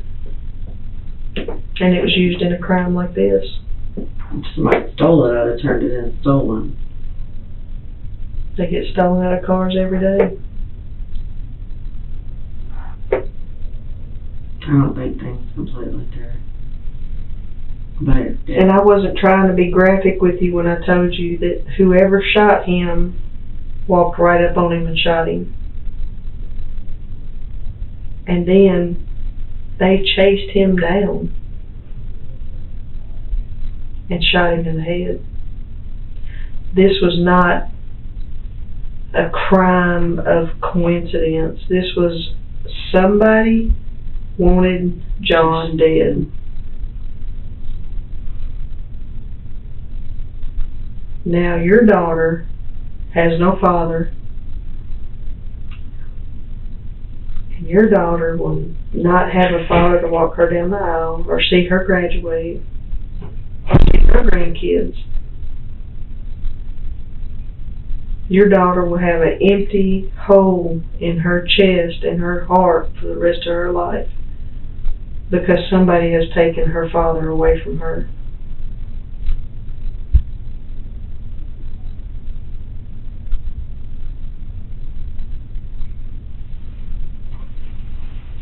I'm gonna be doing me some digging.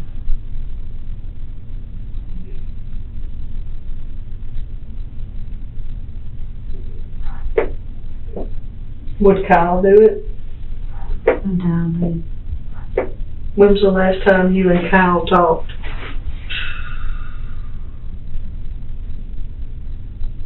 I don't even know. Long time? Yeah. A long time. Would Rodney do it? No. Rodney's not a good person. What's your past history with drugs? Weed. Just weed? Even when you were married to Michael? Mm-hmm. And the other, Steve, what about him? What does he do? I don't know what he does. I hadn't talked to him and seen him since the last time I went to court on child support with him. And he told me he didn't ever want to see his son again. Because I took him to court child support.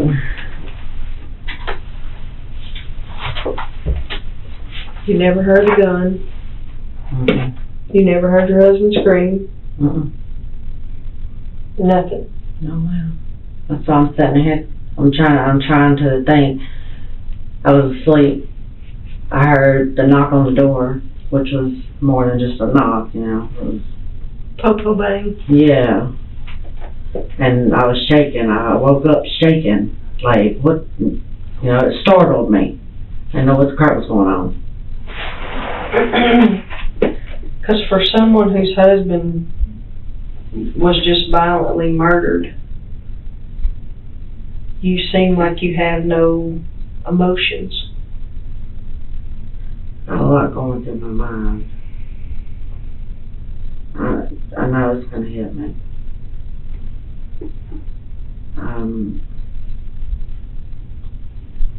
I want to know who did it.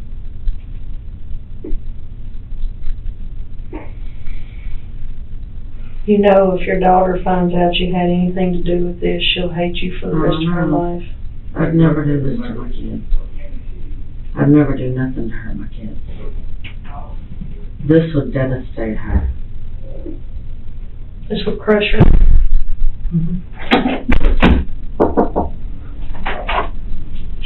Do you have the key to the shed? Now I do got a question. It sounds like I'm gonna have to have an attorney. No, they're just looking for a gun. We're checking the backyard, the woods behind the Or house. they've been in my house. No, I don't know, I'm not sure. yeah, we're here, so the officer sitting in your driveway, I do know that. But they wanna check the locked shed to see if, there's a gun in there.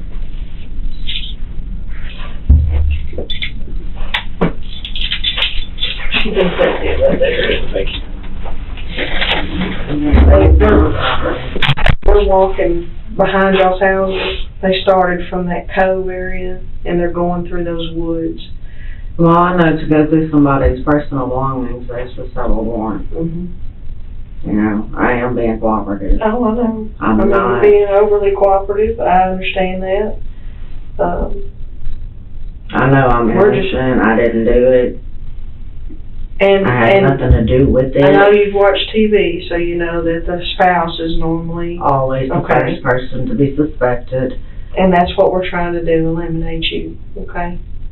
And then I'll need to talk to Caitlin and eliminate her. I don't see a problem with that. A 15-year-old shoot her daddy. It's She happened. was still sleeping. It's happened, You know, when I woke her up, I told her. I know, I'm good night. I told her. You know, it's, I'd like to know who did it. it's an unfortunate situation, and now you're working for people you really don't know. Plus, the text messages that you got in your phone can be misleading, especially for a man that may or may not want you. Okay? I hope you understand that. I get that. Because you said John's, talked to you about that before, You're kinda like me, you're oblivious to, I'm super naive. Yeah. When it comes to things. so, John said he was gonna make it 16 years about being naive. but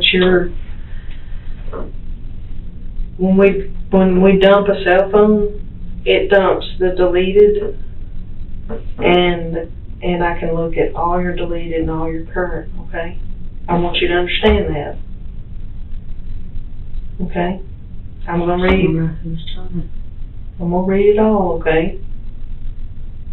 I'm just trying to be up front and forward with you, okay?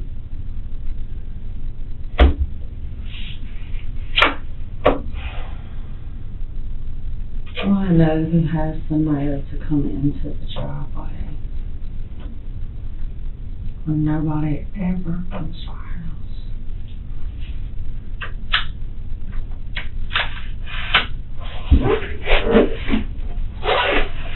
Theo comes to my house a couple of times a year. But he's on parole. Who? Theo. That's your stepfather? What's his real name? CSO. CSO.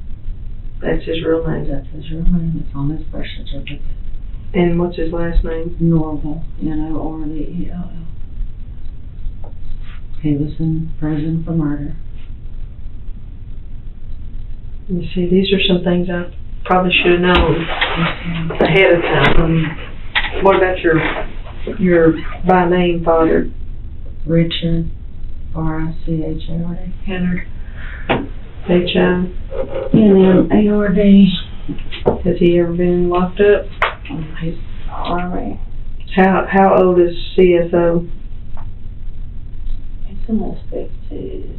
He was born in 50, I think. He's old. He's been out of prison for 5 years. He's on parole.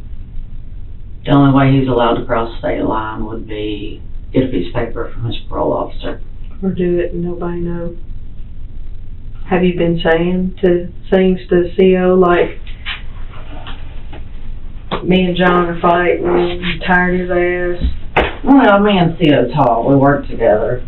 We talk, but I don't think any of my problems with John or our fights would cause him to flip. And it's CSO. Yes, ma'am. Let me go pull some records on it right quick, okay? Can I go smoke while you're? Here, Craig, you can get you. He'll smoke with you.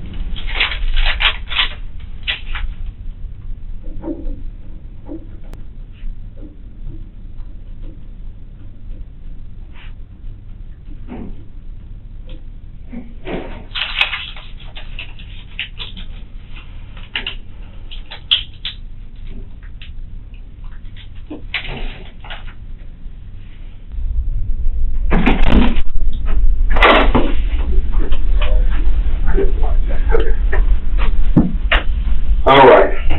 As you've already seen me, Sergeant Dixon, Major Cox. What we're going to do is call alternate light source, okay?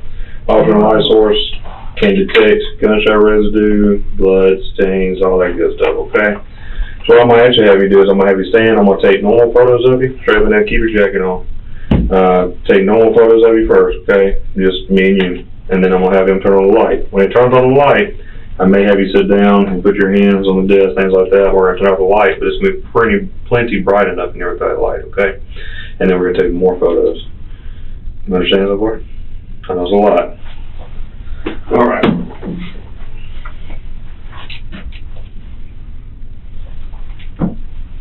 Just put your arms right straight up down, on the side.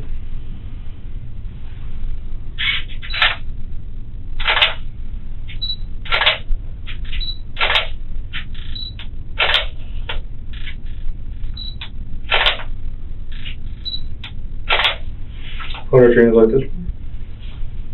Hashtag. That's good. All right, turn them over for me.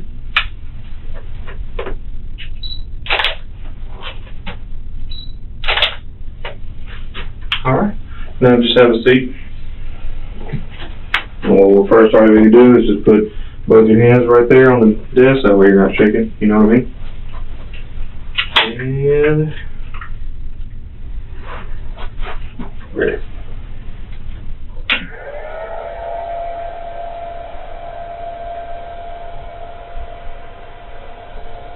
Yeah, you can't do another one very well.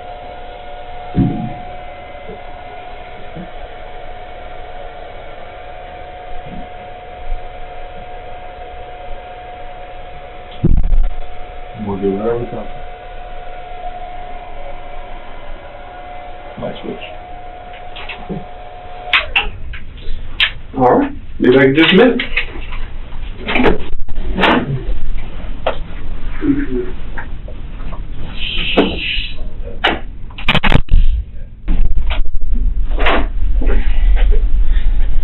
Okay. I'm gonna need somebody to come bring you some clothes, okay? The light that they just used, this is my forensic expert, okay? El interrogatorio alcanza una etapa crítica. Tras el examen forense, la policía anuncia evidencia irrefutable. Las manos y la ropa de Ángela están cubiertas de residuos de disparos. Acorralada, ella aún niega vehementemente la culpabilidad. Los investigadores asestan el golpe final, revelando que Xavi también tiene residuos de disparos, fortaleciendo la hipótesis de una conspiración. Is that a written statement? No. Okay. I want a phone call. Okay. And I want me an attorney, because apparently I'm being accused. Well, I was wondering if that was a search warrant for your house. No, didn't get that either. So, you do want an attorney or you don't want one? I'm apparently gonna have to get one, because I'm being accused of something I didn't do. Okay. So, I want a phone, I want a phone. Be just a few. You have gunshot residue all over you. How is that? You fired a weapon. No, I haven't. Okay, well, the evidence proves that you did. And this jacket, I just got out of my closet this morning. I haven't even worn it since November. Your hands tell the truth. That little test I did on you, where I swabbed the back of your hand, your palm, and that light that he just used on you, you're gonna go to jail. I haven't seen, well, I've held my gun, but I've not shot a gun. You don't get residue on you unless you shoot a gun. You have blowback all over you. All over your clothes. I don't see how that's possible. All over your pants, all over your hands. Okay? How is this possible when I've been in the bed all Let me night? tell you, your daughter is fixing to be without a mother. She is fixing to go through graduation, No. hating you. She is going to go I through swear, getting I was married. in my bed. You're not going Oh. to see grandchildren for the rest of your life. Do you understand me? I'm listening, but I have not been out of my house. Remember when I until told you you that woke me up this morning? I knew by your phone? I can ping the towers in that area? I've Why not been would you out shoot for- him? I did not shoot him. I swear I did not shoot my husband.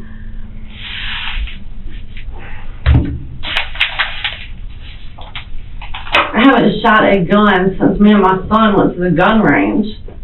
And how long ago was that? December. Yeah.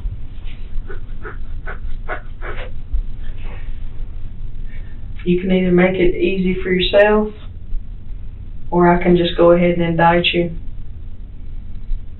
And once I charge you, I did not shoot my husband. The residue that's on your hands would not be there if you hadn't fired a weapon. I have not fired a weapon. Okay. I swear to God, I swear on my child's life, I have not fired a weapon. You want to tell us what happened this morning? I was in the bed when the cops woke me up this morning. Yeah. What happened? I was What in happened? the bed when the cops woke me up this morning. Okay. All right. Can I use your phone since I can't use mine?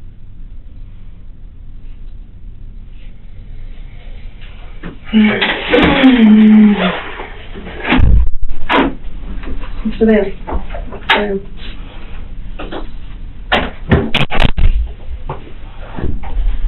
Yes, ma'am.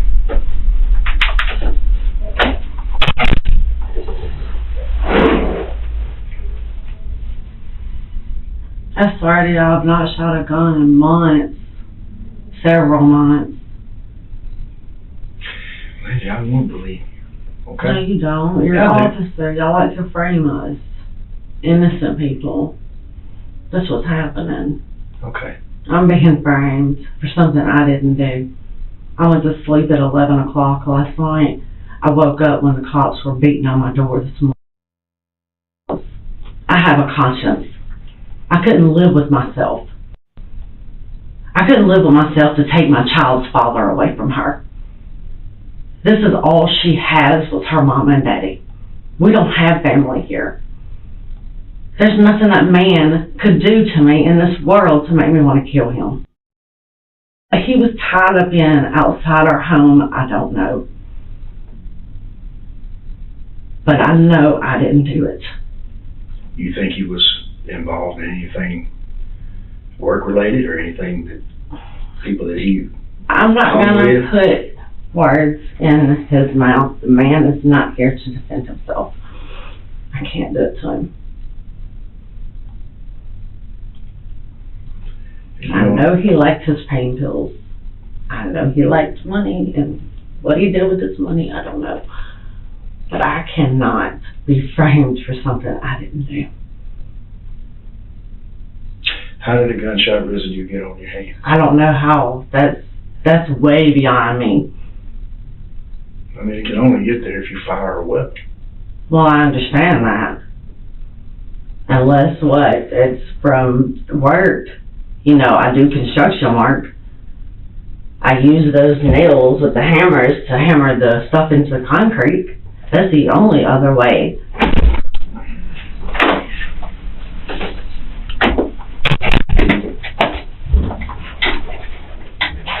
And you have broken things off with Kyle? Way long. It's been a long time ago. He lived with you for a little while, didn't he? Just a short time while me and John were split up. When John came back home, we were making our marriage work. Yeah, this last couple of months, we've had arguments over money. What family don't argue? I didn't know he wanted to leave me over it. I know I work a lot. I have no in-between with me. I'm either all work or none at all.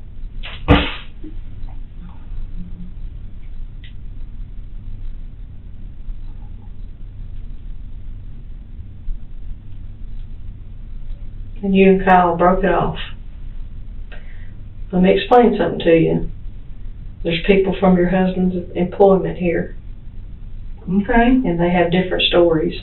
Nobody out there likes me because of the fight me and John had in 2015.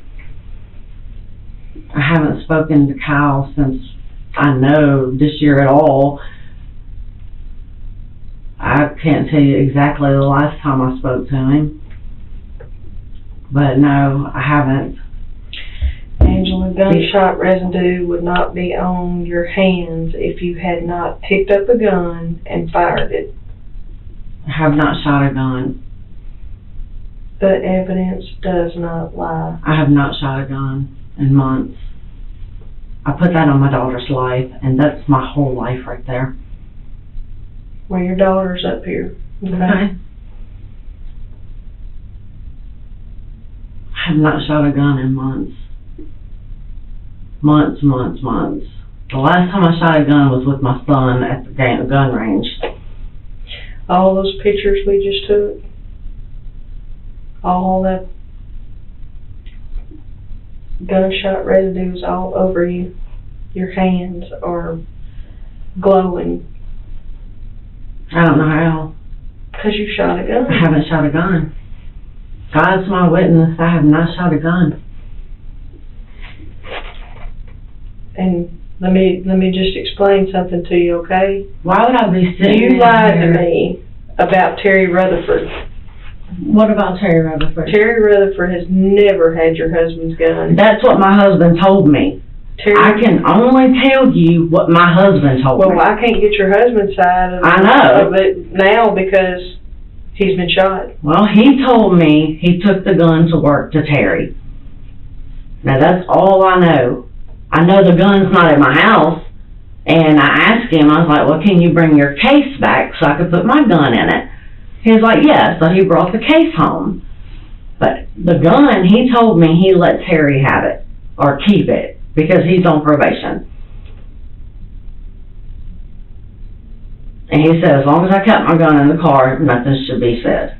So I kept my gun in the car just until the other night. And I brought it in, I laid it by my bed.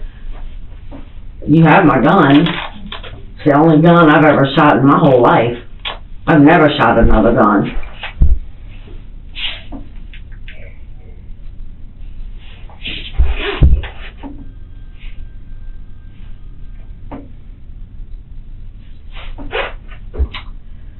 Well, I have enough to charge you.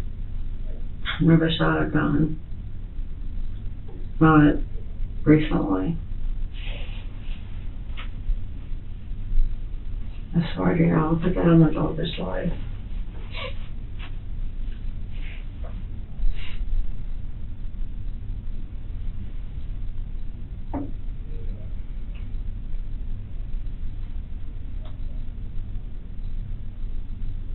I've been very patient with you, and I've tried to work with you on this. I'm sitting here telling you the truth.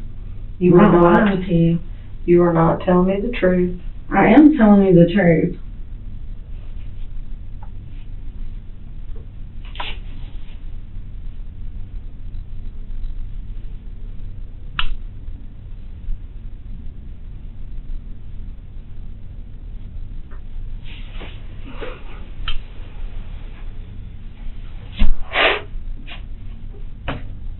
Is the gun in your car? What gun? Your husband's gun? No, I don't have. He gave it to somebody. He told me Terry. That's all I can go off of. When you shot your husband this morning, what'd I you didn't do shoot with my husband.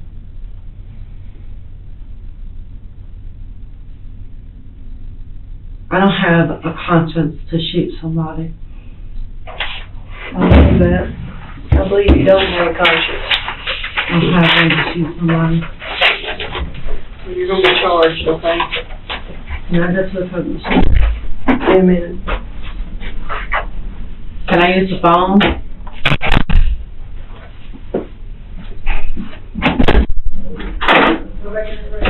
Can I use the phone? In a minute. You use phone. No, I've been super cooperative all day. Except for, you've lied to I'm me. not lying to you. Go back in the room and sit down. Sherry, I'm not lying to you. Go back in the room, sit down. I'm not lying to you. Sit right there. Sit down. I'm not lying to you. This is, I've done everything I can do for you. I can't help you after this point. The evidence points to you. How And can I'll- you be on my hands and all I everything? can I've do- never shot a gun. All I can do is go with my evidence. So go over there and have a seat before I lose my patience with you. Don't bring me.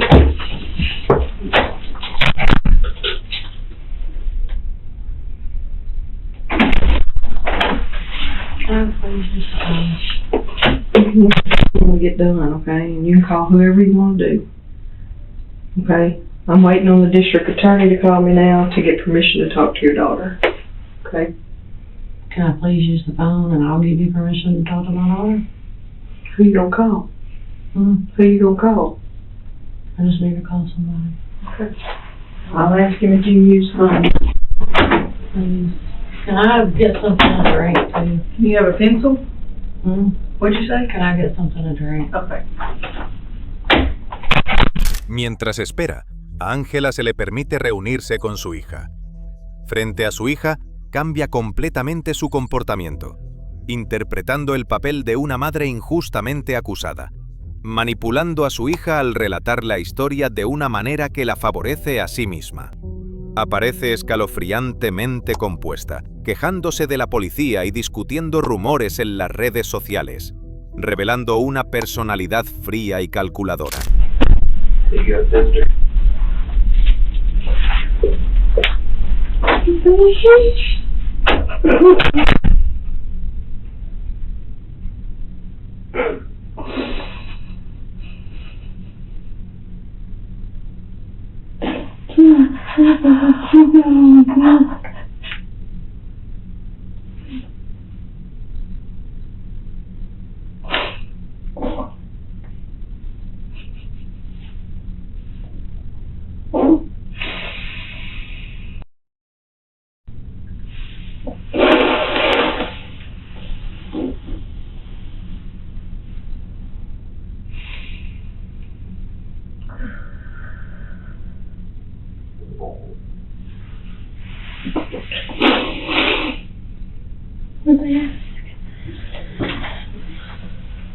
They're trying to accuse me of doing it. How?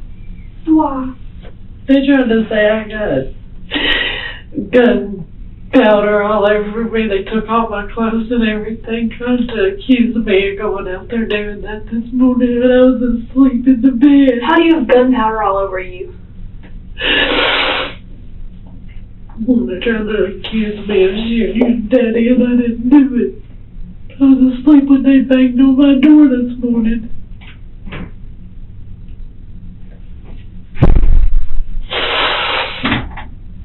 Did they handcuff you? Or? It's a ring. That's big. I know. It's heavy, feel it. It's big. It looks like a man's ring. That's pretty though. Who's with you? Miss Trisha and Lydia. We've been here for a good 4 hours. Really? Yeah, they told me to come up here whenever they called me, and I came up here as soon as they called me. Just in here. So I had to go listen to my house. They're trying to say Shelby's up here. His. Mm-hmm. They're trying to say that it was a love affair thing. That me and Shelby had something going on, and we shot your daddy, saying that you're gonna lose me. You done lost your dad. You're gonna lose me. What the heck?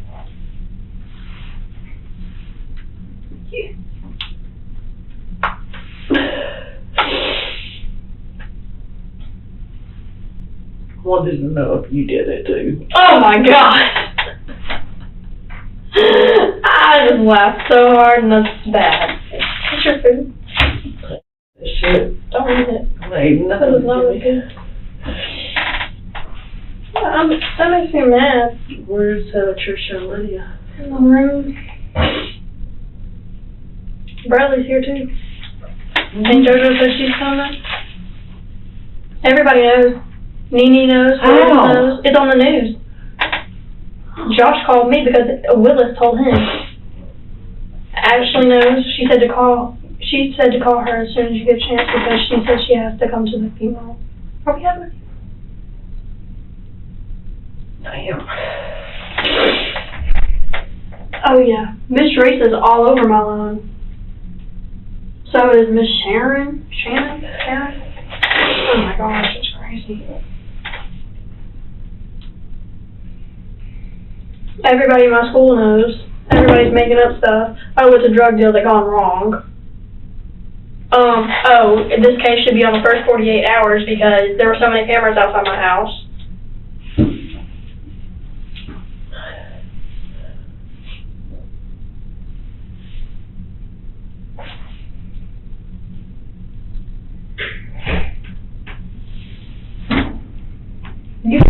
What the heck? They made me go open the door to, they had a search warrant. Do you know Tear what our I'm house up. No, but why was our bathroom already messed up? Where? The bathroom, all the stuff like out of the cabinets. They tore our house up. Before? They tore our house up, yeah. Well, when Trisha took you, they took me and brought me here. They made me leave my house unlocked for them. They're gonna tear our house up looking for a gun that shot your daddy. We have a gun. No, we don't. They took my gun. But that's the only gun we have. Mm-hmm. Oh, no, I was talking about Dad's gun. I don't know what killed your dad. They didn't tell me. They just told me he was shot 3 times. 2 in the back, 1 in the chest. 2 in the chest, 1 in the head. What? 2 in the chest, 1 in the head. That's what they told me. That's not what I heard. That's what they told me. Because I heard his truck had the most cases, and then he got shot in the chest, and then he ran and got shot twice in the back. They told me in the head. So, like I said, they've been sitting here making up shit, trying to get me to say I did it. And you didn't. You were asleep. I hope they have a... Mm-hmm. I'm liking these people. I want to move out of Olive Branch. Okay. I want to move. Because Okay. this ain't fair to us. No, it's not. It's not fair at all. Does that mean I can't go to Sunrise Home? I'll take you out there.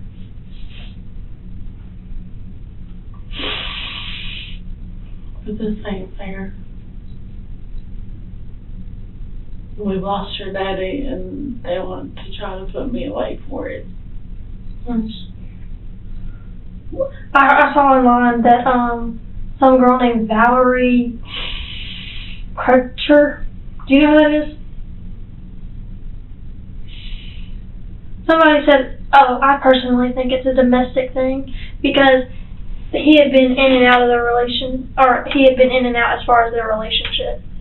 Like, girl, you don't even know us. Get back.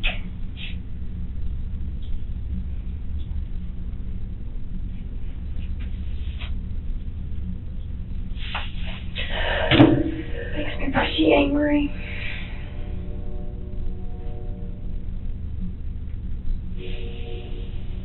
What's Kathy coming down here for? I have no clue. She said she was. Oh, and Ashley said she was coming too. Why is everybody coming down I have here? no clue. Ashley said, whenever Ashley found out, she was crying hysterically, and then she had to call me back. But she said this is not something that we go through by ourselves. We shouldn't go through by ourselves. Josh is pretty shaken up. I don't even know what you're talking to Josh, to be honest. Kind of hard not to right now. Kind of Dad's kids. Kind of my siblings. kind of, tapped dead.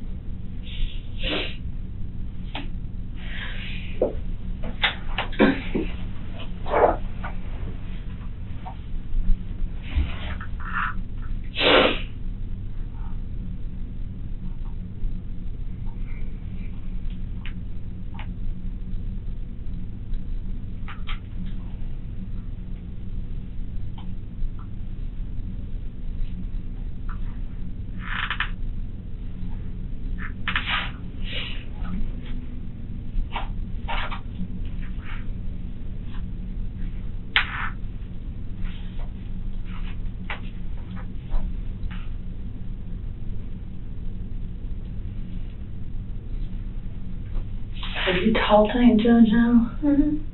She called me.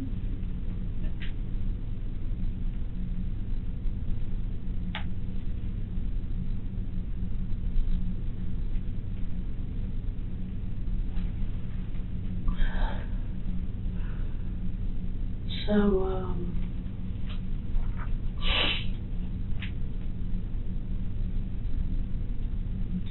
What?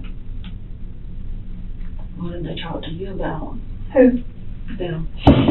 They called me up here for questioning, and they didn't even question me. I told them that.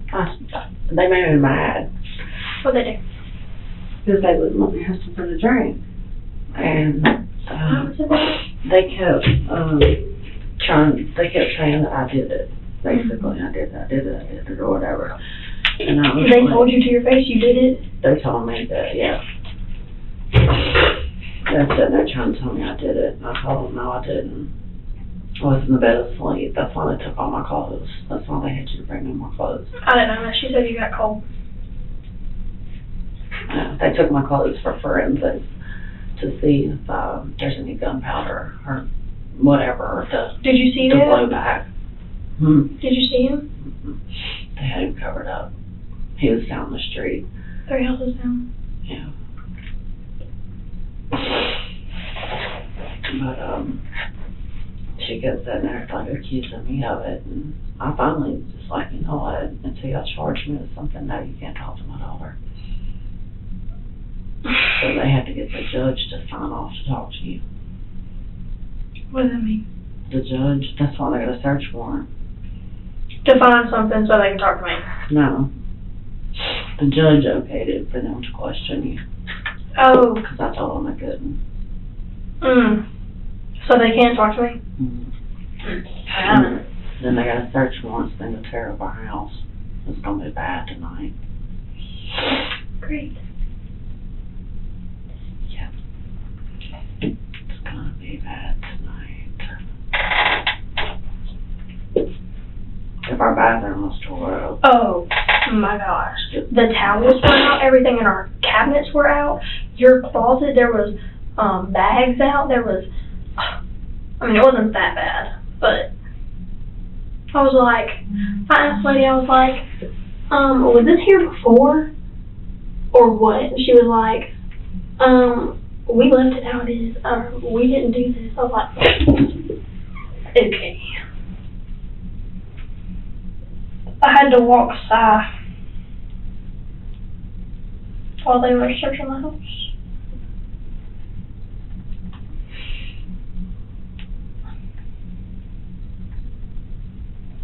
I kept getting up, opening that door gate. And,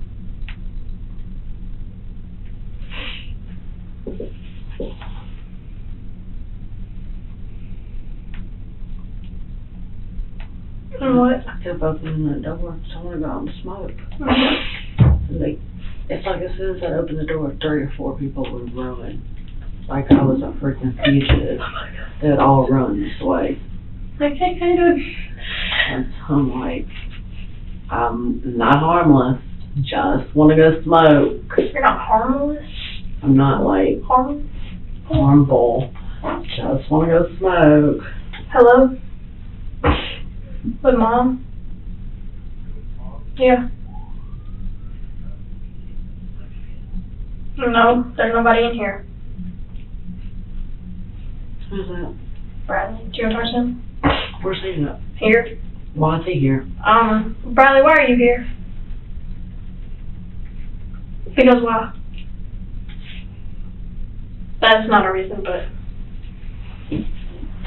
Why are you here? Why?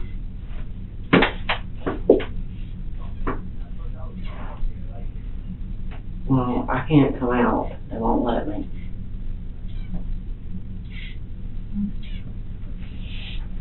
Well, I've been here all day. They're trying to accuse me of it. Trying to say I did it. Trying to say Shawty did it. so that why he's here? Yeah, somewhere. I don't know.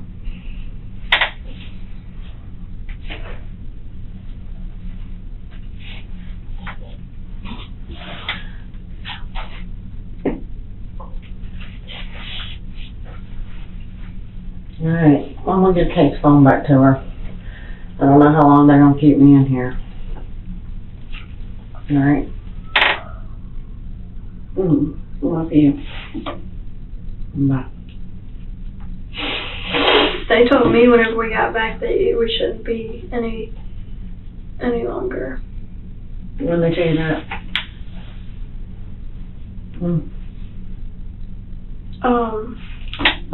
Whenever we were on the way back from the house.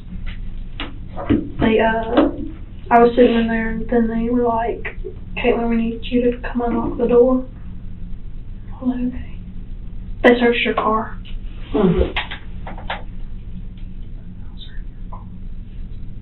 No.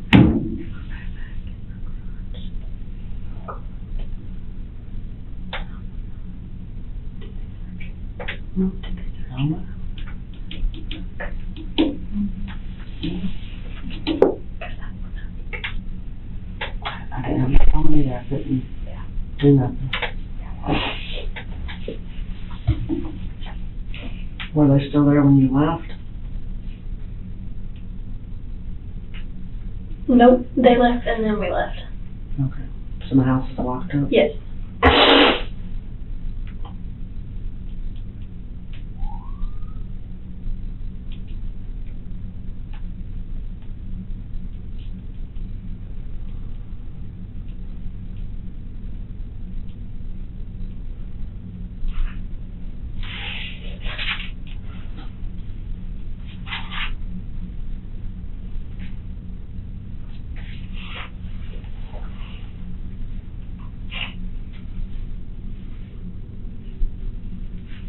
I wonder when they're gonna let us leave.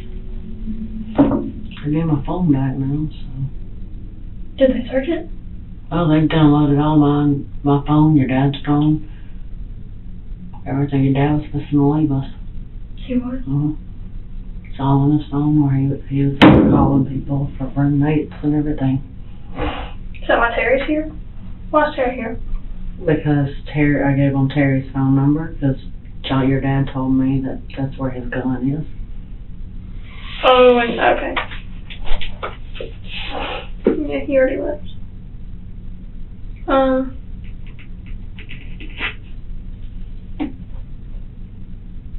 Did you talk to him?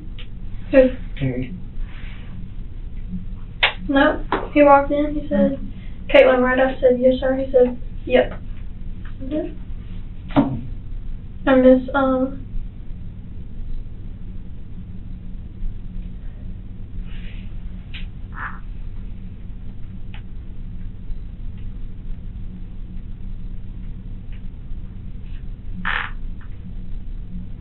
Do what, baby? what was I saying? I don't know. I forgot. Miss something. Miss Tricia said, what she said after he left, she said that she was going to say, and why are you asking? Because it was kind of rude that he said, yep. Terry don't like me. You know that. Yeah. None of your dad's friends like me because of me and your dad fighting and stuff so much. But it's none of their business, you know, it's a family thing. Yeah, and all these people that keep making up rumors at school, I'm kind of getting sick of it. Who's making up rumors? I don't know, I just keep hearing rumors. What are you hearing? I've already told you. Is it on Instagram or something, Facebook? People are telling me what they hear at school. It is all over social media. No? Oh yeah. Twitter, Facebook, the news. Oh my gosh, it's on the news.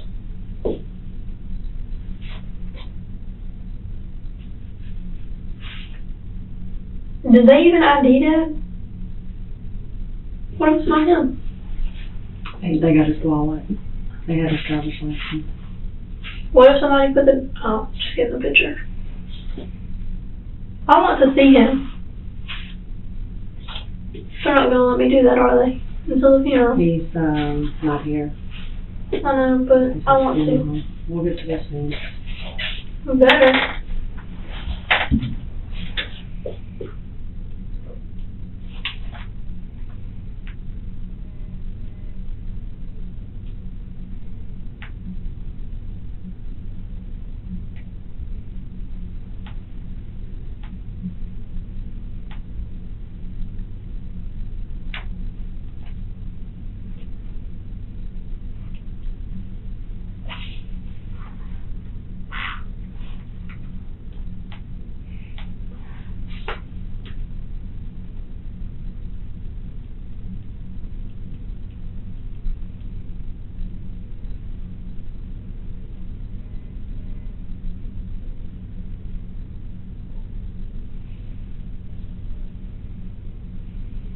Miss Teresa keeps texting me and calling me.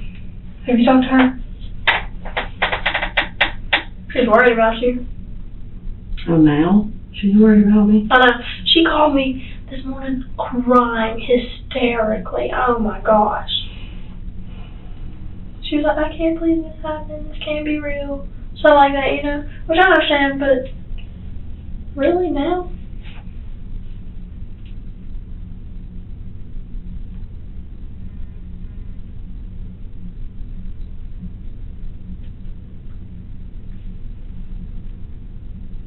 I don't know why everybody's running down here, though. I know. Since they don't ever come down here, why do I come out? Well, Ashley says we can't go through this whole lot. I don't need her here. I mean, Mom, why are you being such a brat? John Paul's got it on his Facebook page that I did this. Bitch, I know you did this. I just deleted him. He hates that. What the heck? I know.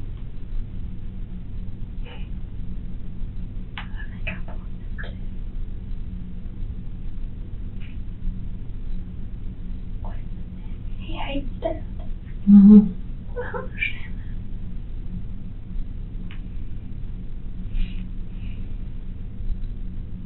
How do I find my blocked? Mm-hmm. What is it? I don't find my blocked. I'm going into your privacy settings.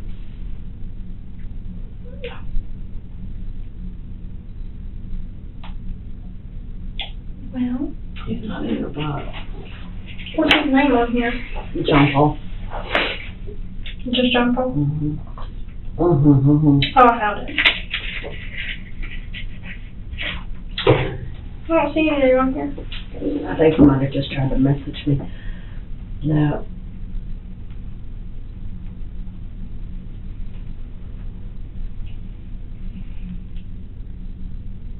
Him and Dad don't look alike. Mm-hmm.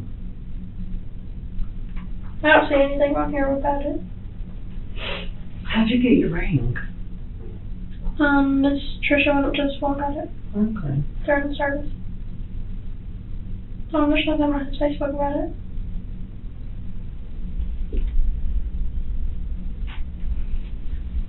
I can bring you anytime I want. I told them earlier that last time they came in here, they were telling me that Shelby was telling them this and that and the other, whatever. I was telling us this. And speaking no more with my attorney. Why? You should have just denied all that. I mean, it's not true, so. What did he say? No, what did he say? What did they say that he said? He cares a lot about me. Shelby does care a lot about you. They're trying to make it, they were trying to make it into a love squabble thing. Trying to blame somebody that wasn't even there. That's all I can say. 'Cause why would Why don't she they know just, that? why don't they just get the shells and get fingerprints off that and trace all that stuff? They're literally trying to blame it on you. They're trying their hardest to blame it on you when that's not true, and they're not trying anything else but to blame it on you. They're not even looking for the other person because all they're worried about is blaming it on you to make their jobs a lot easier and just get it over with. Am I wrong? No. I'm about to go off on these people.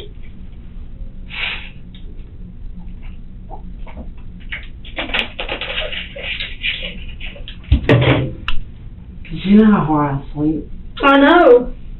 I don't hear nothing when I'm sleeping. I don't even hear my alarm when it's right there by my ear. I know. I'm so mad. I'm really about to go off on these people. Would you stop me?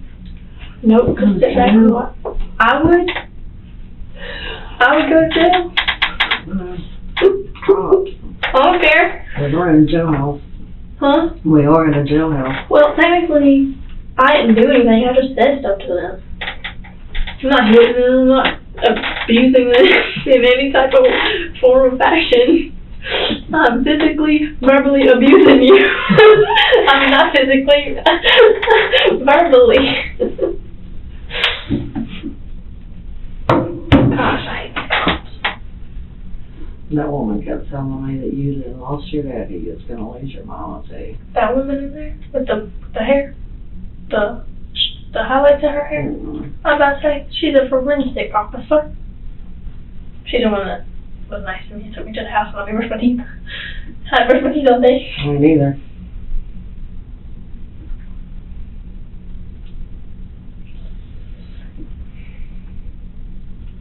I hated getting Trisha and all this. I told them they need to go. They can go because they're tired and they're hungry. And they were like, no. I was like, oh, we've been here for like 4 hours. You can go. I'm like, whatever. Longer than that. Huh? I've been here a lot longer than that. La investigación se estancó durante 6 meses, hasta que un avance provino de una fuente inesperada: su propio hijo, Bradley Casey. Él reveló que Angela había orquestado el asesinato, pidiéndole a su padrastro, Ceso Honorel, que matara a John. Frente a este testimonio, Angela aceptó un acuerdo de culpabilidad. Por testificar contra Norel, fue condenada a 20 años de prisión. En un giro sorprendente, un jurado absolvió a Norel del cargo de asesinato. Sin embargo, fue encarcelado por una violación de la libertad condicional por poseer un arma de fuego.